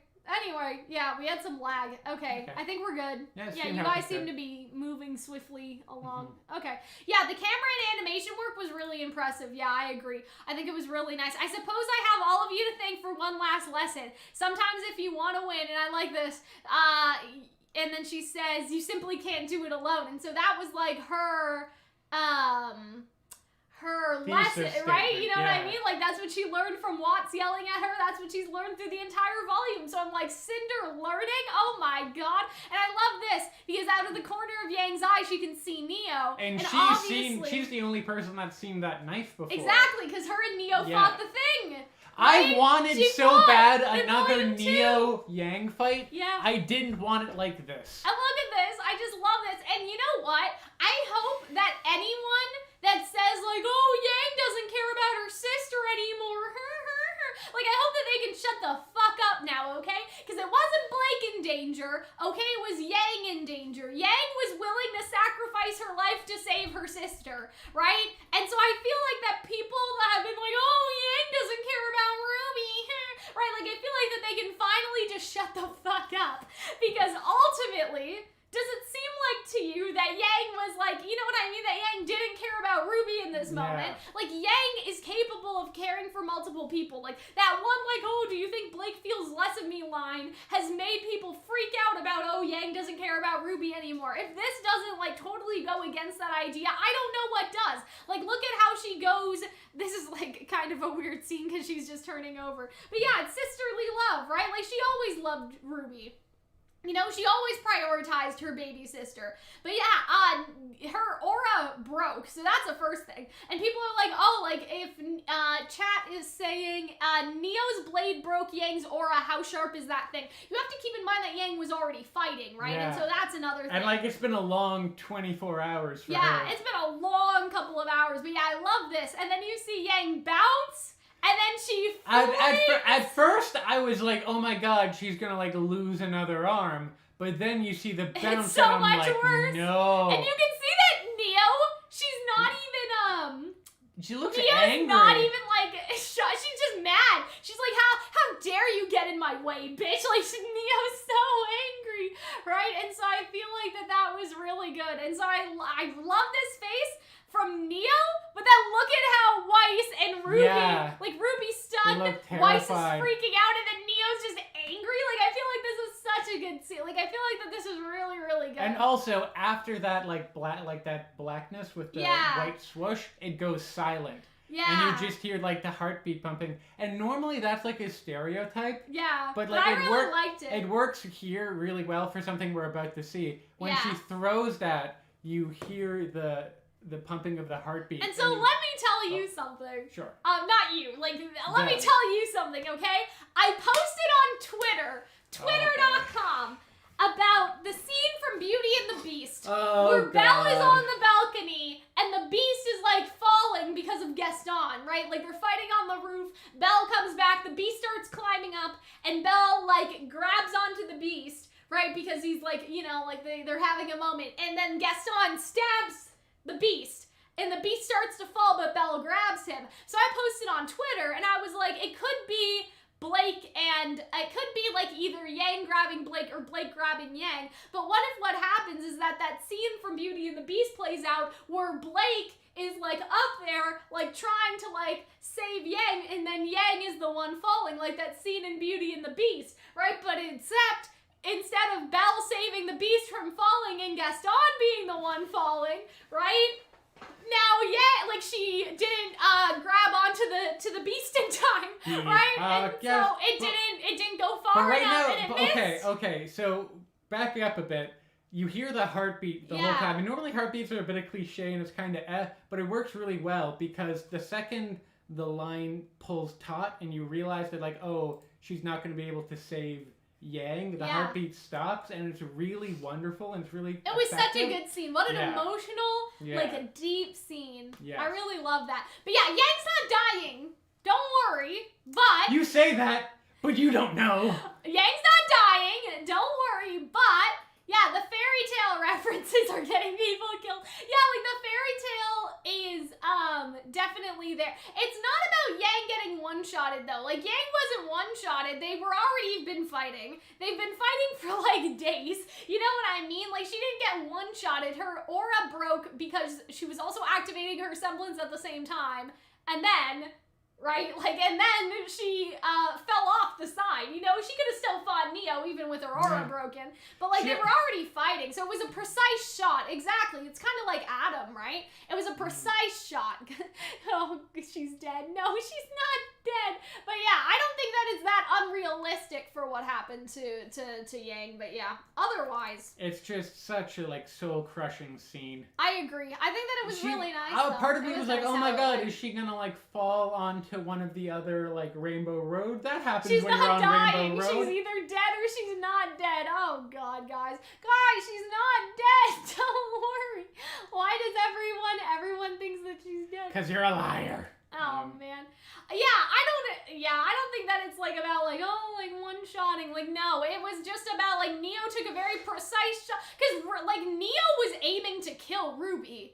Right? And so, like, if Yang was already low because of what she was doing and, like, activating her aura and all of that stuff, like, it's, you know, just about, like, the fact that she also got flung off the side as well. She also was, like, got, like, a major blow from Neo that looked like it could have been a killing blow that to one, people. Neo aimed to kill, bro. Yeah. Like, that's how I see it. So I see that as being, like, reasonable. The death's not real, the pain is, though. But my god, I love this. And it just the tracking shot of her falling into like the abyss, and then you see her. So let's talk about this. Yeah, well, it's not her aura shattering. That's like because that already happened. She's just poofing into magic. You know what I mean? So is that her teleporting? Is that what do you think that is? Is that just her soul slipping into a new realm of existence? I think she kind of like poofed like a little Kingdom Hearts like poof. You know what I mean? Like a little like ball of light poof, you know what I'm saying? Neo got a nat 20 on sneak attack. Exactly. And so like that's what she did. Yeah, her aura was already low and she's been using her semblance as well. And so that's like complicated. But yeah, Yang is not dead. I feel like she fell through the edge. Yeah, and so I'm thinking, here's what I'm thinking. Yeah, she kind of turned to dust in a way. I'm thinking that your Raven theory, just because Yang has poofed, I don't think that Raven has saved her in this moment. Yeah, no, I think that your Raven theory is not necessarily going to happen in this moment, right? I think that I didn't think she would open up as they were falling. I did, but yeah. I think that now our other realm theory is the strongest that it's basically ever been. And so again, for the third time, I would suggest you guys to go check that out, that video that we released on Wednesday about the other world. Long story short, we think that they're gonna fall into the world that we see in like in the vault. The relic that world. in-between world. And we think it's gonna be very Wizard of Oz inspired. And so we have you might see some dead characters return. Basically two theories. One is Relic Realm, and we also have a theory that the Summer Maiden could be chillin' in the Relic world. Yeah. And she has locked herself in the vault on purpose, right? The Summer Maiden we're talking about. So that's one theory, is that it's the Relic Realm. My theory was that they fall into the afterlife, but they're not actually considered dead by Remnant standards. So that was my theory, is that they wouldn't fall in terms of... They're still corporeal. Yeah, they're not actually dead in the sense, like, that they'd be brought back to life if they went back to Remnant, but rather, they fall into the spirit world very similar to, like, Avatar: The Last Airbender, right? Like, Aang goes to the spirit world, but he's not dead, right? So that's sort of what I'm thinking, is that it's not going to be that Yang is dead, it's going to be that she falls into, like, an afterlife. And I have this big theory for, like, the afterlife and stuff. And, like, I have this whole thing, like, that it's gonna be, like, very Wizard of Oz, because these ideas overlap, like, Hunter's, like, Relic Realm thing, and, like, Noah's to an extent, because the editor helped us. And then my afterlife thing, they do have, like, you know, a Venn diagram of similar, like, themes and stuff, but my whole idea is that they will fall into the afterlife and that they will have to escape hell, basically, like Hades. Like, I feel like that the best comparison could be like Orpheus and Eurydice. Like, Orpheus, like, he goes down there, tries to get Eurydice out, right? Exactly. And so then, in this case, I feel like that everyone's gonna fall in and they would have to come out. Like, they'll get out of hell, and that they won't necessarily be considered dead by Remnant standards, and that's how they can go back, right? And so that's my whole idea, is that there's the relic limbo, exactly. So there's the relic realm theory, which is like they're just in the relic world and they need to find a way out, and maybe they run into the Summer Maiden and then open the vault from like the other side, if that makes sense. Like, they find the Summer Maiden, they open the Vacuo vault, they end up in Vacuo. But I really like my afterlife theory, because you can get a bunch of freaky shit of like seeing past characters again. Yeah. You can, But they're like an alternative kind of world. Yeah. Sort of like, I imagine it looking a lot like Oz. The 4 children of Ozma and Salem are the 4 rulers of hell. That's my idea, is that because each, like, girl, right, basically, like, each girl, it could be, like, you know, 4 seasons, 4 maidens, 4 colors, 4 this, 4 that. Like, it's always 4, and so I feel like that you could have a, like, you know, Glinda the Good, and it's one of Ozpin's daughters, and then Elphaba, but it's one of Ozpin's daughters, and then Nessa, it's one of Ozpin's daughters, right? And so I also have like a whole thing. You say hell, but I think it'll end up looking more just like a regular place. Well, I don't say hell isn't hell. Like, I'm saying hell Fire as in, like, Hades Town, or, like, Hades in general, because Hades isn't a scary place, to my understanding. It was just another... Like, it wasn't fire and brimstone. I'm sort of imagining, like, an afterlife where people live. Right? You know what I mean? Like, like, sort of something like that. I imagine it being more, like, Wizard of Oz inspired, more than RWBY is already. Like, I could imagine, like, Munchkins, and as you said, like, people could be, like, Nessa and whatnot. I also imagine, what if we got people, like, Adam shows up as, like, the Scarecrow or the Tin Man or something, Sienna maybe, Pyrrha, but, like, it's a kind of alternative universe Pyrrha, and it's not immediately obvious that she is Pyrrha. Maybe Summer shows up. We talk about this in the video, but it's a very interesting idea. Yeah, and so I feel like that, I really want the afterlife idea, but maybe the afterlife is also a little Oz inspired as well, or at least, like, not Oz in the sense of Wizard of Oz, but like post Oz, like what happened after the wizard left Oz, where you have, like, or even before, where, like, the women are sort of, like, ruling everything, and so that could be Ozma's daughters. And so I feel like that ultimately, Percy Jackson, let's go. And so I'm sort of thinking of it in that, but I do like the relic dimension, just because I feel like obviously no one would be living in there, so it'd be a very desolate place, and then they would have to, like, you know, like, go, survive, you know, find the Summer Maiden, get out through Vacuo. But I love the afterlife idea. And now to see Yang fall in, I feel like my afterlife idea is probably right, because she disappeared without Raven coming for her. So there has to be another But I'm like, are they gonna get out by finding the maiden and opening up the Vacuo door? That would be the relic. Or do you think that... That would be the relic theory, that they would go through the Vacuo door. But, like, Or do you think Raven's gonna open up a door there and save them? If it's the afterlife idea, I kind of see them making a deal with somebody to get out, like that Orpheus thing. Like, Orpheus makes a deal with Hades. like, hey, go up, but don't look back. Which on one hand would be super cool and super different, but on the other hand means I can't pop the Raven Bronwyn popper, and it means we aren't in patch, and I'm kind of sad about that, I'm not gonna lie. And so I guess it's basically 3 theories now, right? Raven saves them from the relic world, yes, or the afterlife. Like, Raven portals into the afterlife and goes to get them. But then the alternative is they go into the relic world, find maybe the Summer Maiden in there, like I said, or find another way out. We also talked about them using the Relic of Destruction to, like, cut down the vault door or something, right? And so we don't know if the vault is always activated or only manifests as a portal when a maiden is there. So either the maiden or the relic, and then the other, like, half is, like, the actual afterlife. And then there's, like, trickery in the afterlife. Like, one of the sisters, maybe, like, if we're talking about Ozma's kids again, right, is like, okay, but you have to do this, right? And so it's a big, like, you have to do this. But yeah.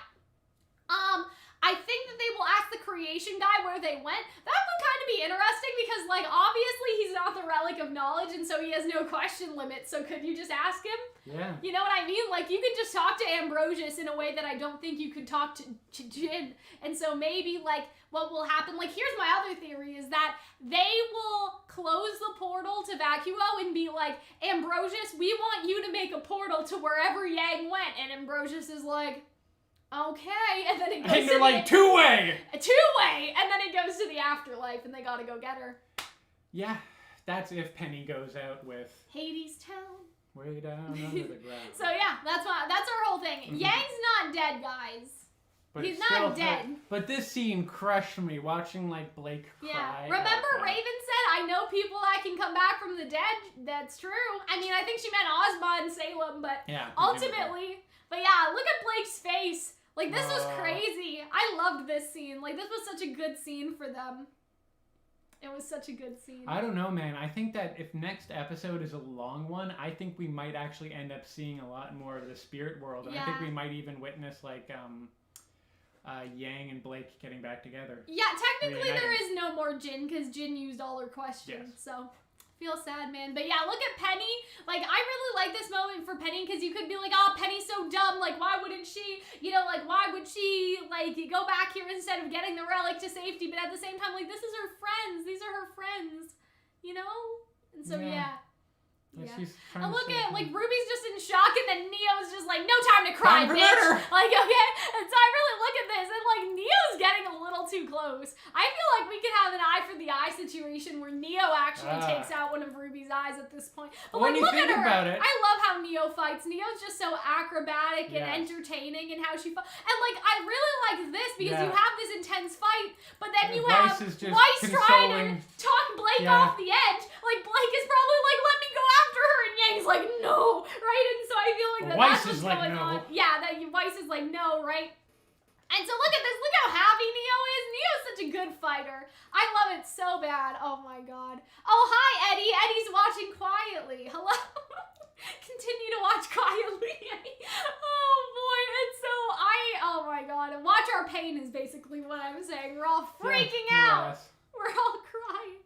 It was, the reaction was really bad. This reaction was so good. And, like, look at how, like, shocked she is. And so I feel like Weiss really needed to be there, or else Blake would have just jumped in after her. And I feel like that Blake is going to be, like, so feral and angry, and I can't wait. Like, I'm so excited. Oh, my God. But, yeah, guys, don't jump on Eddie too much. He's making us cry, but that means he did a good job if he made us cry. And so that's how I see it. But, yeah, so I love this, because, like, look at it. Like, Weiss is like... You know what I mean? She's holding up her hand. She's like, what she's gonna do, and then Blake's just like, no. right? So Weiss doesn't look like she's really in the mood to put herself in between Blake and Neo. She's like, oh no, and look at how Weiss looks up at Cinder like, you're responsible for this. Look how Cinder look at this face. This is a protect this face, but she's so, like, murderous. Why is she so cute? Why is it that you are simping for the evil women? Normally that's my thing. I know. Stay in your fucking lane. I'm like a Cinder simp now. Like, what did you guys do to me? I love Cinder now. Like, I can't. Oh my god. Man, when I said I wanted, like, a rematch of Yang and Neo, I did not expect I would get this. Oh my god. I'm a little afraid that this is what I got. Oh Oh God. Like, This I is feel so like I weird. asked for something, and then the RWBY writer monkey paw curls another finger. A It's like, finger oh! curls on the monkey's paw. And he said, I watched your reaction in the parking lot waiting to get a coffee. I hope you had headphones or else somebody was going to think that, somebody's getting murdered with our reactions out loud. Look, Tim Hortons, what do you want? Yeah, I like how you say Tim Hortons. Oh, even yeah, though they're they're in in the US. Texas. Speaking of Tim Hortons, everyone, look at my donut that I'm gonna reward myself with after we're done streaming. My Tim Hortons donut. Oh God! But yeah, so I like this because I feel like that. Sir, this is just my job. Please don't tell me, fuck you, how could you let her die? No, sorry, that's a YouTube. But anyways, so. Oh dear. And so what I really like is that I think that Blake's resolve changed in here. Like she was crying, Yes. but then she was Now like, she's murdered. Yang's final wish was to save her sister, and so I am going to, you know what I mean? Like, Yes. I'm going to defend Ruby at all costs. That's how I sort of see And I this might scene. just have to cut a bitch. Like, it's not... Look how frightened she is. I know, she's She's like, like, oh my ah, God. damn it. But it's not only about getting revenge on Neo, Mhm. it's also about, like, Yang's final act, Mhm. right, Blake thinks, was Mhm. saving her sister, so Mhm. I cannot let Ruby die or else Yang's sacrifice would be in vain. Mhm. That's how I see it too, and like that's very emotional. I think that was really, really good. But yeah, Yang has unfinished business. I like that. But yeah, look at this. I love this like shatter and how angry Blake is. I think that that's so good. But like, look at them. Oh my God, the fight scene was so epic. Yeah. And I love seeing Weiss and Cinder fight, especially after like what Weiss was done by Cinder. Oh, yeah. What Cinder did to It would be Weiss. pretty great if she gets to stab Cinder in some capacity. Yeah. That'd be a lot of fun, But I feel like the villains are winning. Like, I feel like our theory about Yeah, that, they this is get how it. Cinder and Neo will win. Like, they're winning at this point. We should buy I like a feel little that they cake for like Cinder! Exclamation point. You did it! Oh and like my God. present Cinder Just- the cake. We should have one of the party poppers be Just like, for the end of the, Yeah. for the finale, we'll have we'll Yeah. cut a cake. Oh, Cinder God. doesn't suck ass party popper. God. But yeah, I really love Cinder. I love Cinder so much. Look at how the glyph goes on Yeah. fire and disappears. That's so cool. Oh, I love that. Why did you have to come back? Right? And so I love that. Mhm. Why didn't you just learn your lesson? And if you guys watch the reaction, which is again up for patrons and membership members right now, I like literally, I was just like, you don't understand, Penny. She has, right? And then she said that and I was like, oh, and I love this. Oh, Yeah. Penny. And then I love this look of like recognition in her eye, right? God. And then she's like, I did, right? Because she did learn her lesson. This is about her learning her lesson. And it makes me so like feral. Like it made me so happy. Oh my God. Thank you, Zeb, for upgrading to the Royal Advisors tier. Now you can go watch our reaction and our reaction cry too. Oh, the poster's falling. Whoops. All of my boxes are being exposed. Do you want? Oh wait, they can't see. It's just my B-Stars boxes and my Code Geass box and stuff like that for my figures is under there. Also, my giant thing of bubble wrap. So That's my betting. I sleep on the bubble wrap when we're not making God, videos. Hunter just sleeps under the table, guys. Yeah. Hunter doesn't go home. Don't worry. Oh, Cal, bite the donut? No, it's for later. It's not for right now. But yeah, I loved this. I loved everything about this. I like that Penny still has a lot of her old, like she can still fly. Yeah. She still has all her swords. She made her swords out of, I She's guess, still maiden kicking powers, ass, right? yeah. Like sort of hard light Yeah. dust or something. Like I thought that Mhm. this was really, really cool. You guys miss Yang, guys. She's only been gone for like 10 minutes. Don't worry. Not even She's 10, gonna like be here. canonically she's been gone for like a minute It's maybe? only been a couple hours, 45 guys. Don't seconds? worry, we'll get through it together. This week is gonna be so hype in terms of videos and stuff. Mhm. But I love this. Like, I love this fight, and I love that Penny can still fly. But at the same time, Penny is very susceptible because she doesn't necessarily have her same robot body and Yeah. stuff. Like, we talked about this last week, but like, yes, she can fly because of maiden powers, and she can make her swords because of maiden powers. We said that, but I'm a little concerned about like her actual body, Mhm. you know, and like all of that stuff. Like And my so- girl doesn't even got shoes on right yeah, now. exactly. And so I think that this is like really cool, and I love this. Look at Weiss using the gravity glyphs. Yes. Like I think that was such a big thing that people are like, oh, you know, Weiss doesn't use her glyphs as Yeah. much anymore. And so I feel like they really took that like feedback and stuff And because Weiss has been doing so cool things. I also with love her like the glyphs. subtle camera work. Like this is like a really scary scene. She Yeah. realized like, oh my god, all these kids are gonna get And whacked. look, so you they see the dad and the daughter Oh, on the yeah. other side. So I love those little reoccurring threads this entire entire volume have been so epic. Like, I feel like that's been so cool to see. Like, I you love have the dad and the daughter. Old racist lady, Shovel Lady, and her fox new girlfriend. Yeah, exactly. But yeah, I love how, like, just, I don't know, impactful the I love how impactful these blows are, how it really feels like just like shrapnel is scattering through the room. And look at this, look at Weiss. The Dutch angle really like imparts that.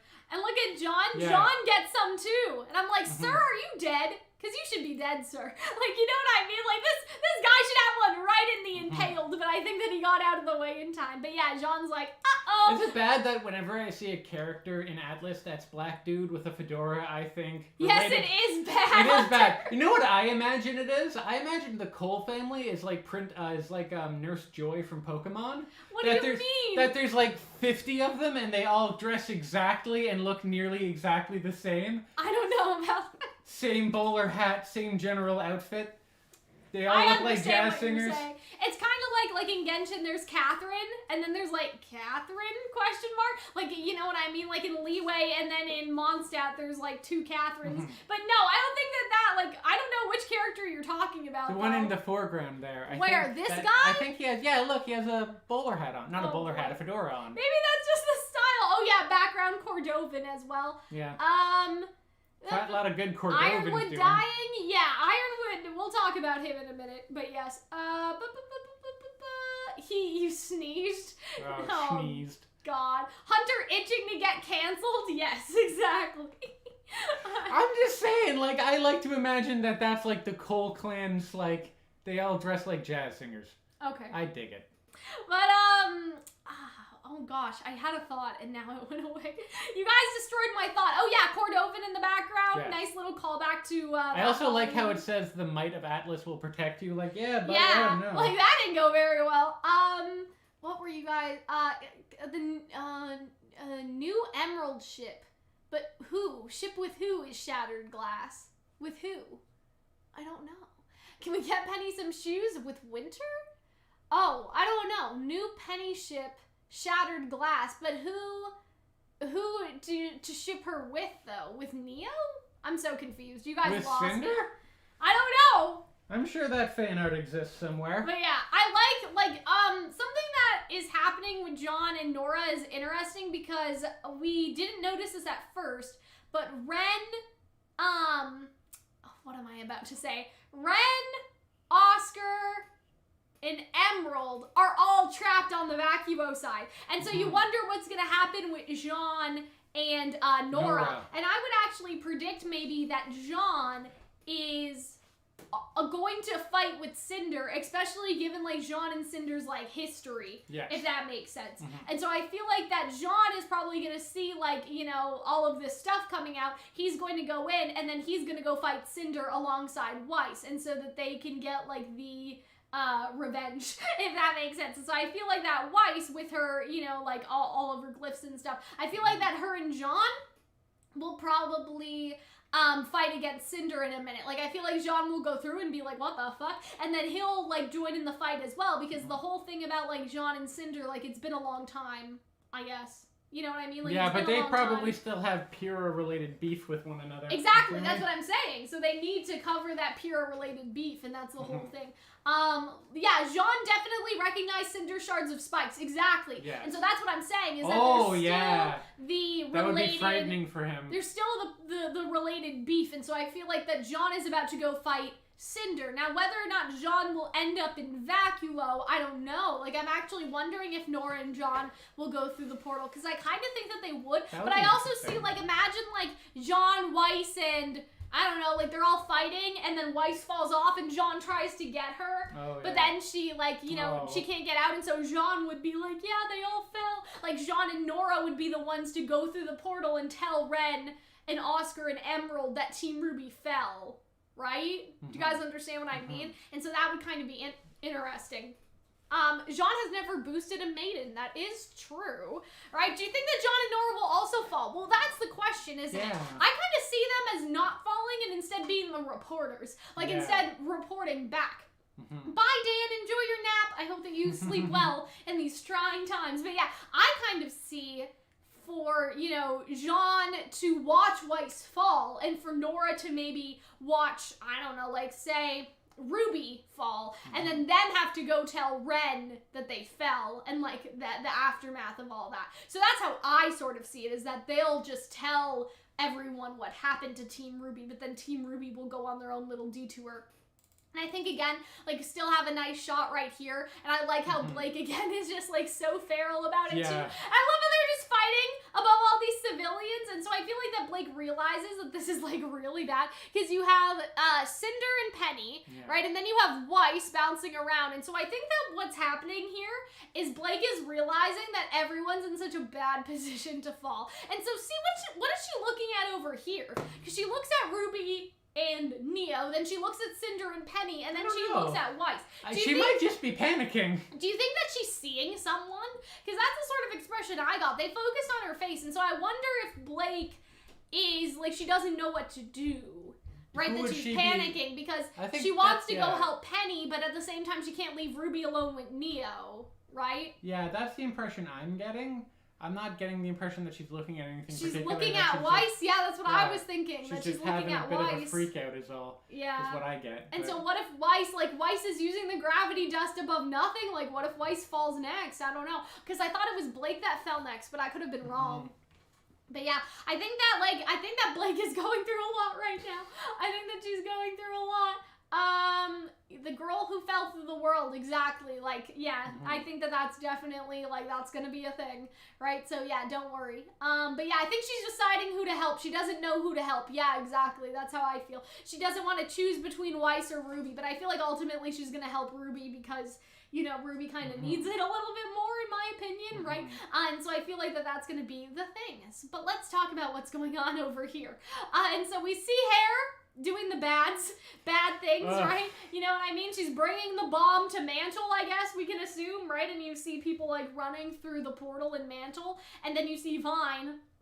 And so I'm glad that someone made it. Watch for the tail. I still need to make sure that this thing is I love orange. how, like, she's not even like, yeah, let's talk about what just happened. She's like, no, What are you looking for? I'm looking down because I realized I looked down because I lost the back of my earring and I think it fell on the ground. Oh. I'm just gonna look for that later. Okay. I get the impression that she's that Vine's kind of surprised that she's so blasé about it. She's like, all right, oh good, someone came in that could help me with the genocide. How helpful. And so I do like this. I do like this scene. I'm no longer certain that this is the most logical course of action, right? And so Vine's all about that logic, right? It doesn't make sense to stop people from, like, you know, escaping because their whole plan was about Atlas, right? Like, saving Atlas. Now the people of Atlas are saved. That's his point. The general is no longer in charge. RWBY and the others have used a staff. Atlas is falling, but its people will be safe. And so I really like this conversation. And so Vine thinks of everything logically, and I think that's why he supported Ironwood up until now, because he did see what Ironwood was doing as the logical answer until that changed. And so now he's realizing that Team RWBY's plan is the logical answer instead of just blowing up Mantle for basically no reason. Right? But Hare is all about the principle, kind of like how Clover was all about the law and order regardless of the situation, right? It's the principle, it's about loyalty. Clover understood that. Clover would see this through, and I'm like, right? And so obviously we've talked about that, like Clover being the pinnacle of a bootlicker, and how Clover is, I guess, the ideal that all of the Aesops follow, but then Clover himself died, right? Like that caused his death.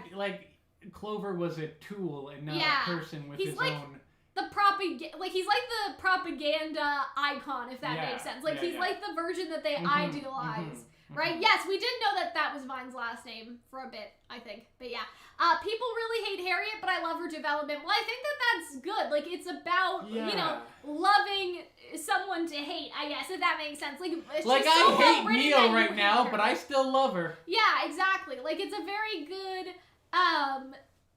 Like, I don't know how to explain it. It's a very good course of development. She's a good kid. Like, I don't like her, but I like her as a character. Exactly. She works what she represents. It's done well. I think that makes sense, right? And so he's like, perhaps Clover was wrong too. And so this is interesting, okay? Because I want to talk about this. I'm going to talk about some spicy Twitter stuff, okay? Boy. So a couple weeks ago. Important to you. Yeah. So a couple weeks ago. Or I guess, I don't know, know, maybe it was 2 weeks ago. Not too long ago. Yeah, a little bit ago. Phoenix Knight made a video, and in the video he like briefly mentioned that he thought that Harriet could have had a thing for Clover, and that like he also mentioned Crow and Robin.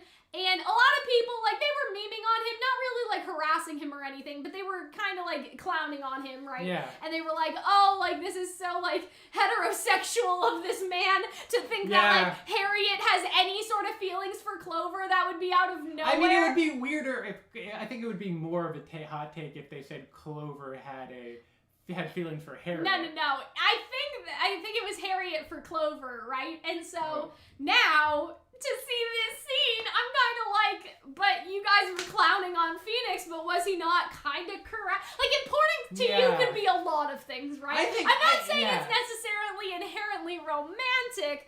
I think he also, didn't he also say that he thought that Harriet and Crow could get together?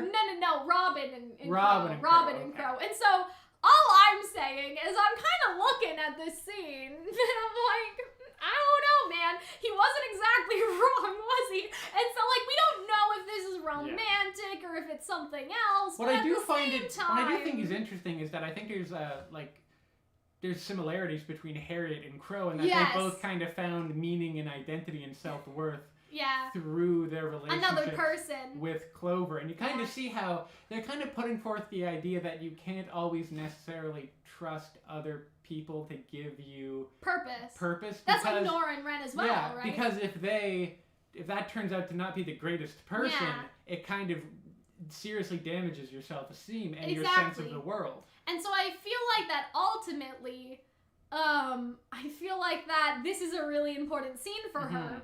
And that also it draws the parallel between Crow and Harriet, because like Crow was about to do a bad thing, kind of like, do I think Ironwood would be a bad thing objectively? No. But would it be a bad thing to like do, I guess? Like, is Robin right? Like, yeah, it would be bad to kill Ironwood. You know what I mean? To kill him out of revenge and not out of the fact that he's, you know what I mean? Like, and so I feel like that she talked Crow out of doing the bad, but nobody has talked Harriet out of doing the bad. She is more committed to doing the bad than ever, right? Like, Crow was going to do the bad, but was talked out of the bad by Robin, whereas Harriet was almost talked out, but then committed to it at the end. She pressed the button ultimately, right? And so I feel like that's a nice parallel between them, is that they were both going to do drastic actions because of the person that was their friend or romantic or whatever, right?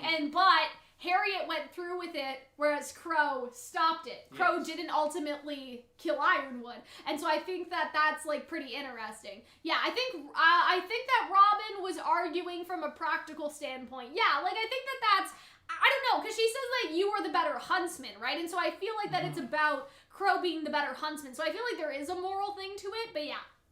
So yeah. Crow and Harriet both needed Clover in some way. Exactly. Someone mentions Clover harem. I think that's hilarious. And so I think what's interesting, though, is Vine says, Harriet, you're not the only one, right? And so I wonder... He felt similarly towards... Yeah, but, like, it's kind of like in a romantic... Like, did Clover really have a harem? But I think what Vine may be saying is, like, Clover was important to all of us. Or, like, you're not the only one hurting. Versus, I, too, was in love with Clover, right? You know what I mean? But, yeah, I do think that this was, like... really good. Like, I loved this. We all loved Clover, and we wanted Clover to love us back, but really, Clover's only true love was blind ideology. Yes, exactly, right? And so, like, look at this. I love how Robin just, like, she's just... unhinged she is. It's pretty great.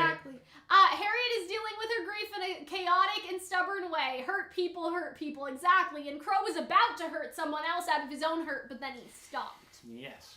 Stop that. So that Ironwood's probably gonna get whacked by... But yeah, then she hits it. So that's great. Arm. So yeah, so she ultimately decided to go through with it, even though Vine was trying to talk her out of it. And so when that bomb drops on the ground, I guess, then it explodes. But right, I do think that Watts is trying to fly it up to Atlas instead of Mantle because of something that he does here. Also, can we talk about how Vine was ready, or not Vine, Hare was ready to kill this man? Yeah, like, she straight up was like, tried to no kill problems him, killing right? a person. And so then you have, like, I guess Crow jumped out of here at some point. Like, okay, so you see Vine, and then from the front, right, you have autopilot disengaged. She's driving to Mantle, and then you have Crow. And murder. I loved this so much to see Crow brash through the window, and I love this fight. They both fall into the airlock. Most times birds get hit by planes. This time the plane got hit by the bird. Exactly, I love that. And so it looks like you're getting that fight after all. I thought that was so good. You see, this is a close-up with a little bit of sexual tension. No, there's nothing sexual about this. I feel absolutely nothing sexual There about this. There isn't. But feel like there's a better argument if for this it was Robin, than the Robin one. I'd be like, okay. Because there's a weapon close to the person's I sight, understand what and you're they're saying. monologuing. But yeah, if it was Robin on top of hair or something, you know what I mean? But I don't know. I feel nothing about that. I'm just saying. But what's more romantic than a quick kick to the jaw? But yeah, I really like this scene of them That's fighting. how I met your mother. I think that's going to be a very interesting fight, and I love how it cuts up to Watts, and then you see that Watts is putting autopilot back on. Yes. But where is he going? He just turned direction. So he's not going. This is Mantle. He's not going down to Mantle. He's going to Atlas, I think. Yeah. Wait, isn't he? No. But isn't Atlas up there? Where are these? Maybe he is going I think to Mantle. that's pointed down at Mantle. Because wait, don't these lines go up to Atlas? Are we looking at the bottom of Atlas? Are we or looking the at the bottom or the of top? Mantle? Because that kind of looks like more like the mine than it looks like the bottom of Atlas. Anyway, Watts is fucking with shit. So I think that maybe... Yeah, no, that's definitely Mantle because you wouldn't see that much. But do you think that Watts is going over here? To this area? Because it's in this anyway. Is he gonna drop that bomb in Watts is gonna drop the bomb anyway. In Mantle to try to off people? I don't know. But yeah, Watts is doing bad things. We're looking down. Yeah, I don't know. Yeah. It's hard to tell because no, it's because you could from this perspective it could be upwards and that's why the lines are so close to you, but it could also be downwards. But if it was upwards, we wouldn't see so much of the area along there. Yeah. So that's where I'm like. So I think it's down. Is that Atlas or what? Also, those are mountains in the background, and you couldn't see the mountains like that if it was looking up. You'd just see the sky. I don't know, but yeah, I think that Watts is gonna drop the bomb though. Yeah. I think he's gonna. Watts Probably is about to do bad. the open mine in Mantle where all the civilians are. Yeah, Watts is about to do bad things. Yeah. So let's talk about Winter and Ironwood very quickly I'm surprised that this talk was so short actually. It's about the same time as our other ones, but we were there was a weirdly lot of efficient fighting. here. So, yeah. Is anyone receiving these messages? No. No, they're not. No, they're not. And so the only thing that I have a little criticism about is the fact that Winter saw this dot, watched it go on her body, and didn't do anything about it. You think that she would know immediately what that sort of thing is? Also, I don't think a red dot, like a laser pointer, is effective from that distance. Yeah. I think you want to be a little bit closer. So that was the only thing, is that I was like, oh, okay, really, Winter? But yeah, I did like this scene, though, of her trying to use her glyph to stop the energy, but it not growing high enough to defend her, and I liked that it blew up. And so I love to see Ironwood come down here.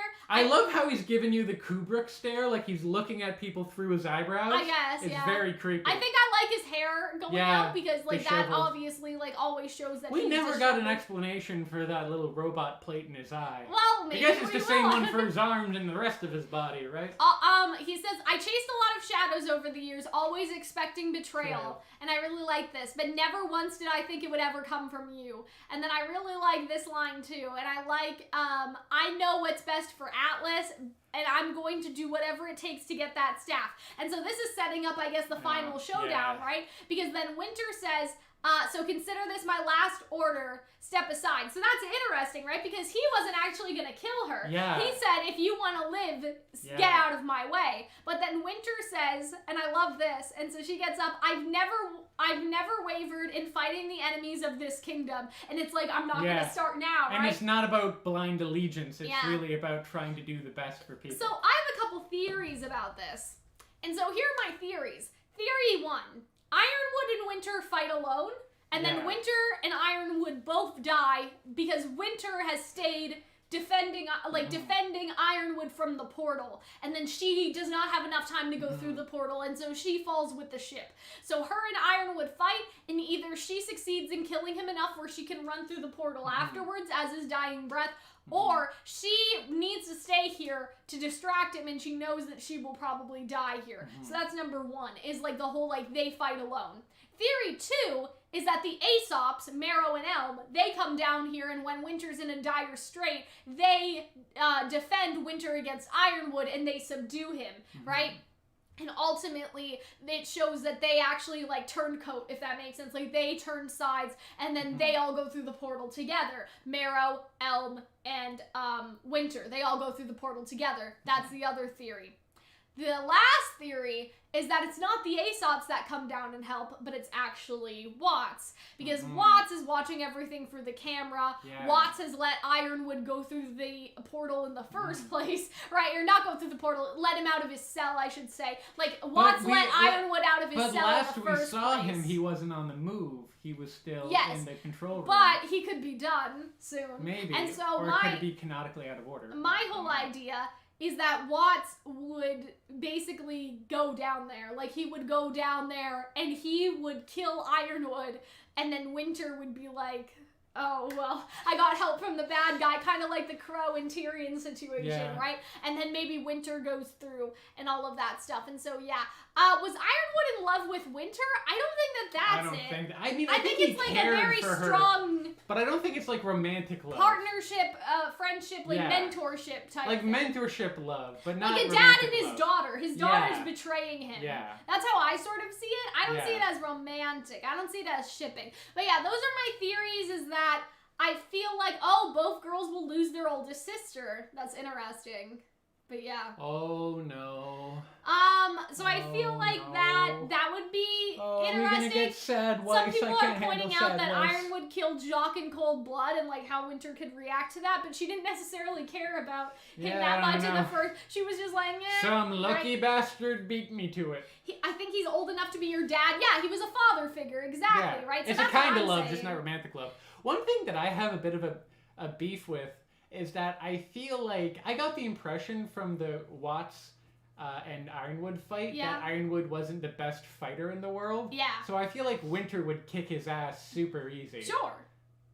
So I guess we're both okay, right? Yeah. Yeah, you know what I mean? Like, I think he'll put up some fight. Yeah. But I am sort of what I'm saying is that I wonder if Winter will go down with the ship.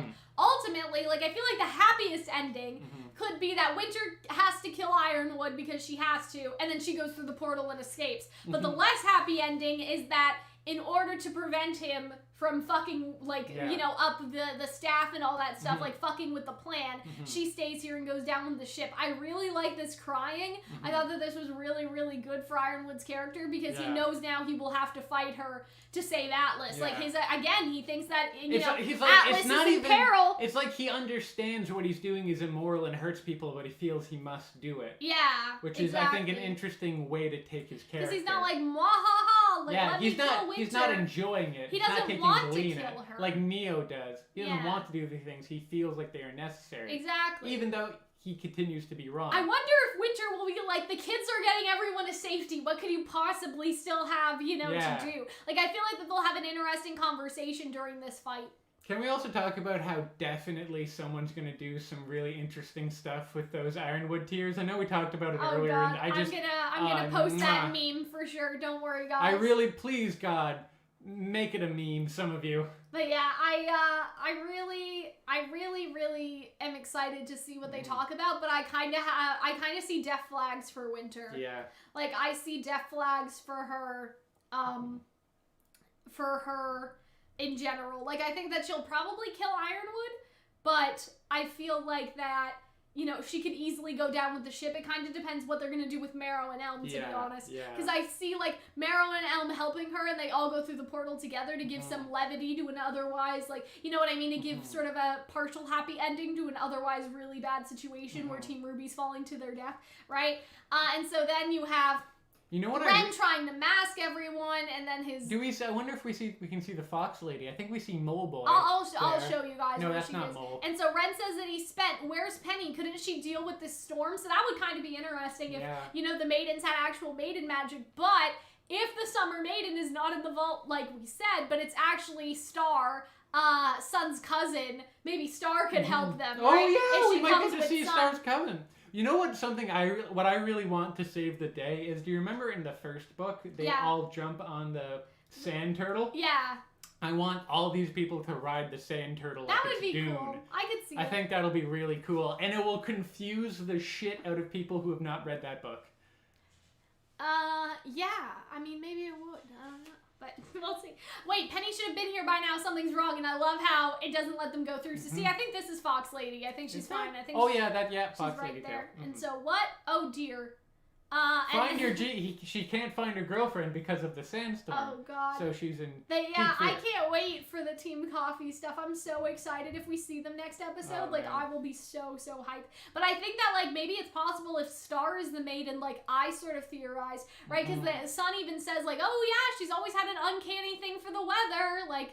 We could see Star come with them in the storm clear, but then not know that she's the maiden, right? It just happened. It's just happens to stop when but then Sun that and kind Coffee of arrives. then that kind of ruins the idea. Then they're probably not going to be able to find the maiden in the magic world of the vault. So that ruins that idea, but it holds up a different idea. Then you have the opportunity to do Raven. Yeah. Which I still think so is there's a a lot of different things. I love this. Oh dear, Ambrosia.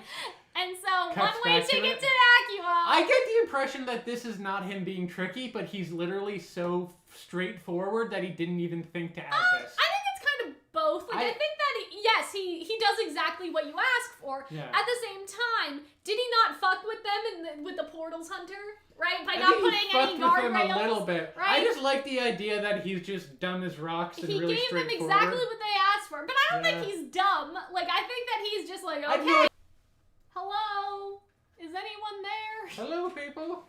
Hunter's still looking for the earring. Okay, I was like, oh, the stream crashed. I can get a good time to look the backing of my earring. I still don't see it, so... Are you sure you ever had one? No, I had the backing of my earring, and I can definitely feel it's lost. What color is it? It should be it should just be metal. I'm gonna step on it later and be so bad. Okay. Yeah, hi guys. Can you guys see us? Are we here? Hello? Yeah. We crashed, so. That happens. Yeah. Anyway. Find the earring. Yeah, we'll look for the backing later. I'm gonna step on it and be oh wait, no, but it's the back though. Not, it's the a little backing of the clenchy earring part. I have, yes. So it's flat. Yeah. Anyway. So yeah, I think that Ambrosius, I don't think he did it in a malicious way. He does give you exactly what you ask for, ultimately, right? But I do feel like he was being a little tricky with the portal. He seems to like to trick people, though, a little bit. But he doesn't have, a malicious face right here, though. So. Yeah. If anything, it kind of I don't know. We can't go back. The portal won't let us. And then we have the Grimm from the book. I wonder how E.C. Myers is feeling right now to see something, a Grimm that he helped create, to see it actually get animated. And look how cool and scary they are. I want to talk to him so bad. So I love the idea of the bats. I wonder if these are such cool if we're gonna see Star and we're gonna see Carmen and all these characters that. Well, I mean, probably not Carmen. Carmen's somewhere else, but oh, yeah. Team Coffee, Team Sun, Theodore. I'm excited for it, right? And look, this poor person. These people are getting attacked, bro. But then Jean. Quick, get the shovel. Jean, Ren, and everyone else are already so spent, right? So I feel like Team Coffee. I can't wait for Team Coffee to ride in and save them, right? Yeah. On a turtle. I demand that they ride in on a turtle. I feel like the part where he was tricky to them was arriving in the middle of nowhere in Vacua, but Oscar said that they actually did that on purpose. That Oscar didn't want them to be directly in the, Oscar didn't want them to be directly in the city because or else that would overwhelm. They wanted to be a little outside of Vacua so they had enough space for all the refugees. So that wasn't actually a trick. That was, intentional, right? Jean's not even there, Cal. When did I say anything about Jean? I don't remember. I'm saying Team Coffee and Team Sun will come save them with Theodore. Did we say Juniper? I don't know. We made a mistake. Maybe I forgot about the mole crabs. Yes, exactly. I feel like Jean could still jump in, though. Yeah, right? I still feel like he could, you know what I mean? I still feel like they would go, maybe Jean would go to Vacua. He may watch Weiss fall in and then, and then go tell everyone what happened to Team RWBY. I could see that for him and Nora.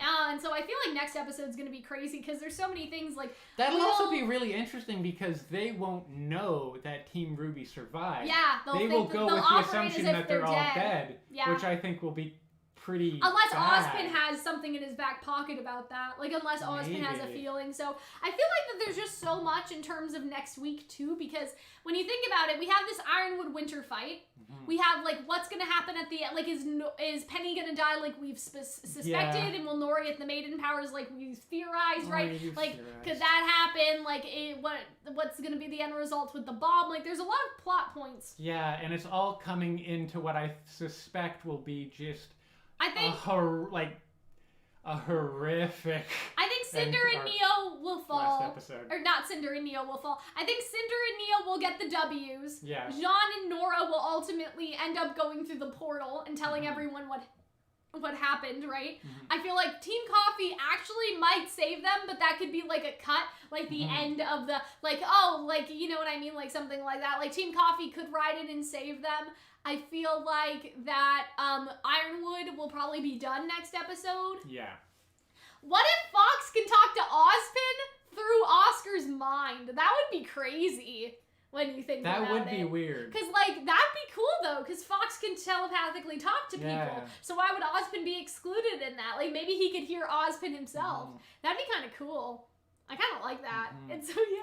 I also imagine we might get a scene where everyone reunites. Yeah. I hope we get that scene because What do you it's mean everyone reunites where? in hell? Oz, in Oh, hell, I don't yeah, think so. in Hades Town, Yeah. way down under the ground. And so we'll see Coffee end credit scene. Yeah. I think we might talk a bit about the possibility of end credit scenes, even like the Maybe. possibility that they exist and then what they could potentially be. I mean, I feel like we were surprisingly accurate for this episode. Yeah, like, we were pretty good. I'm kind of shocked, truthfully. But yeah, I think that this week's theorizing is going to be interesting because I feel like that will probably cover what will happen to Ironwood, like what will go down with Crow and all of them. Mhm. And then like probably, well, we already talked about Ruby falling into the hole, so we're probably not going to talk about that Mhm. again. But yeah, we'll have a bunch of interesting things to talk about. I think Team Coffee is definitely a possibility given the fact that they're in danger and alone. And yes, the Happy Huntresses So is are Team with them. Sun. Right? But, like, I feel like that the best way for them to get out of this, like, you know what I mean? Like, Mhm. only having them three and then the Happy Huntresses would be for Coffee and Sun to show up. Yes. Because I feel like that at this point, it's sort of, like, how else would they get out? Like, even though the Happy Huntresses are around, you know, there's not enough to fight all of these Grimm and protect everyone. Ultimately. So I feel like Team Coffee and Team Sun and the others would have to go. No, Volume 7 didn't have an end credit scene, but I'm not even saying it as an end credit scene. I'm saying that Team Coffee would be like the last beat, and then maybe the post-credit scene would be what happens to Yang if we don't see that next episode. More so Yeah. like in that format. I think that Team Coffee could show up like proper in next episode, like sort of to save them at the last minute in a way. Can't wait for Team Coffee to adopt Oz. I Indeed. agree. But yeah, is there anything else you want to talk about before we God. go? I think we're pretty I much almost good. forgot that my heart was broken. We were talking so much about theories I and know. Coffee and Team Sun. Yeah, I think it's gonna be really, really good. You know what I think? Want to know my shipping headcanon? Sure. Is You're that- shipping. Yes, is that Emerald and Cocoa become a thing? Oh God, yeah. In the in-between thing. You I'm can see sure- that happening. I'm sure we'll talk about that another time as well. Because like they fought against each other, so I could see them like Yeah. a little rivalry. Exactly. I don't know. That's my Exactly. prediction. But yeah, I feel pretty good about everything.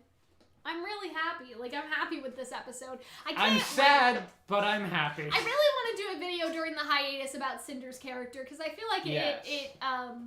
I've done an amazing job. it with like went so well. Like they did so many good things. But yeah, I think that's basically it from us guys.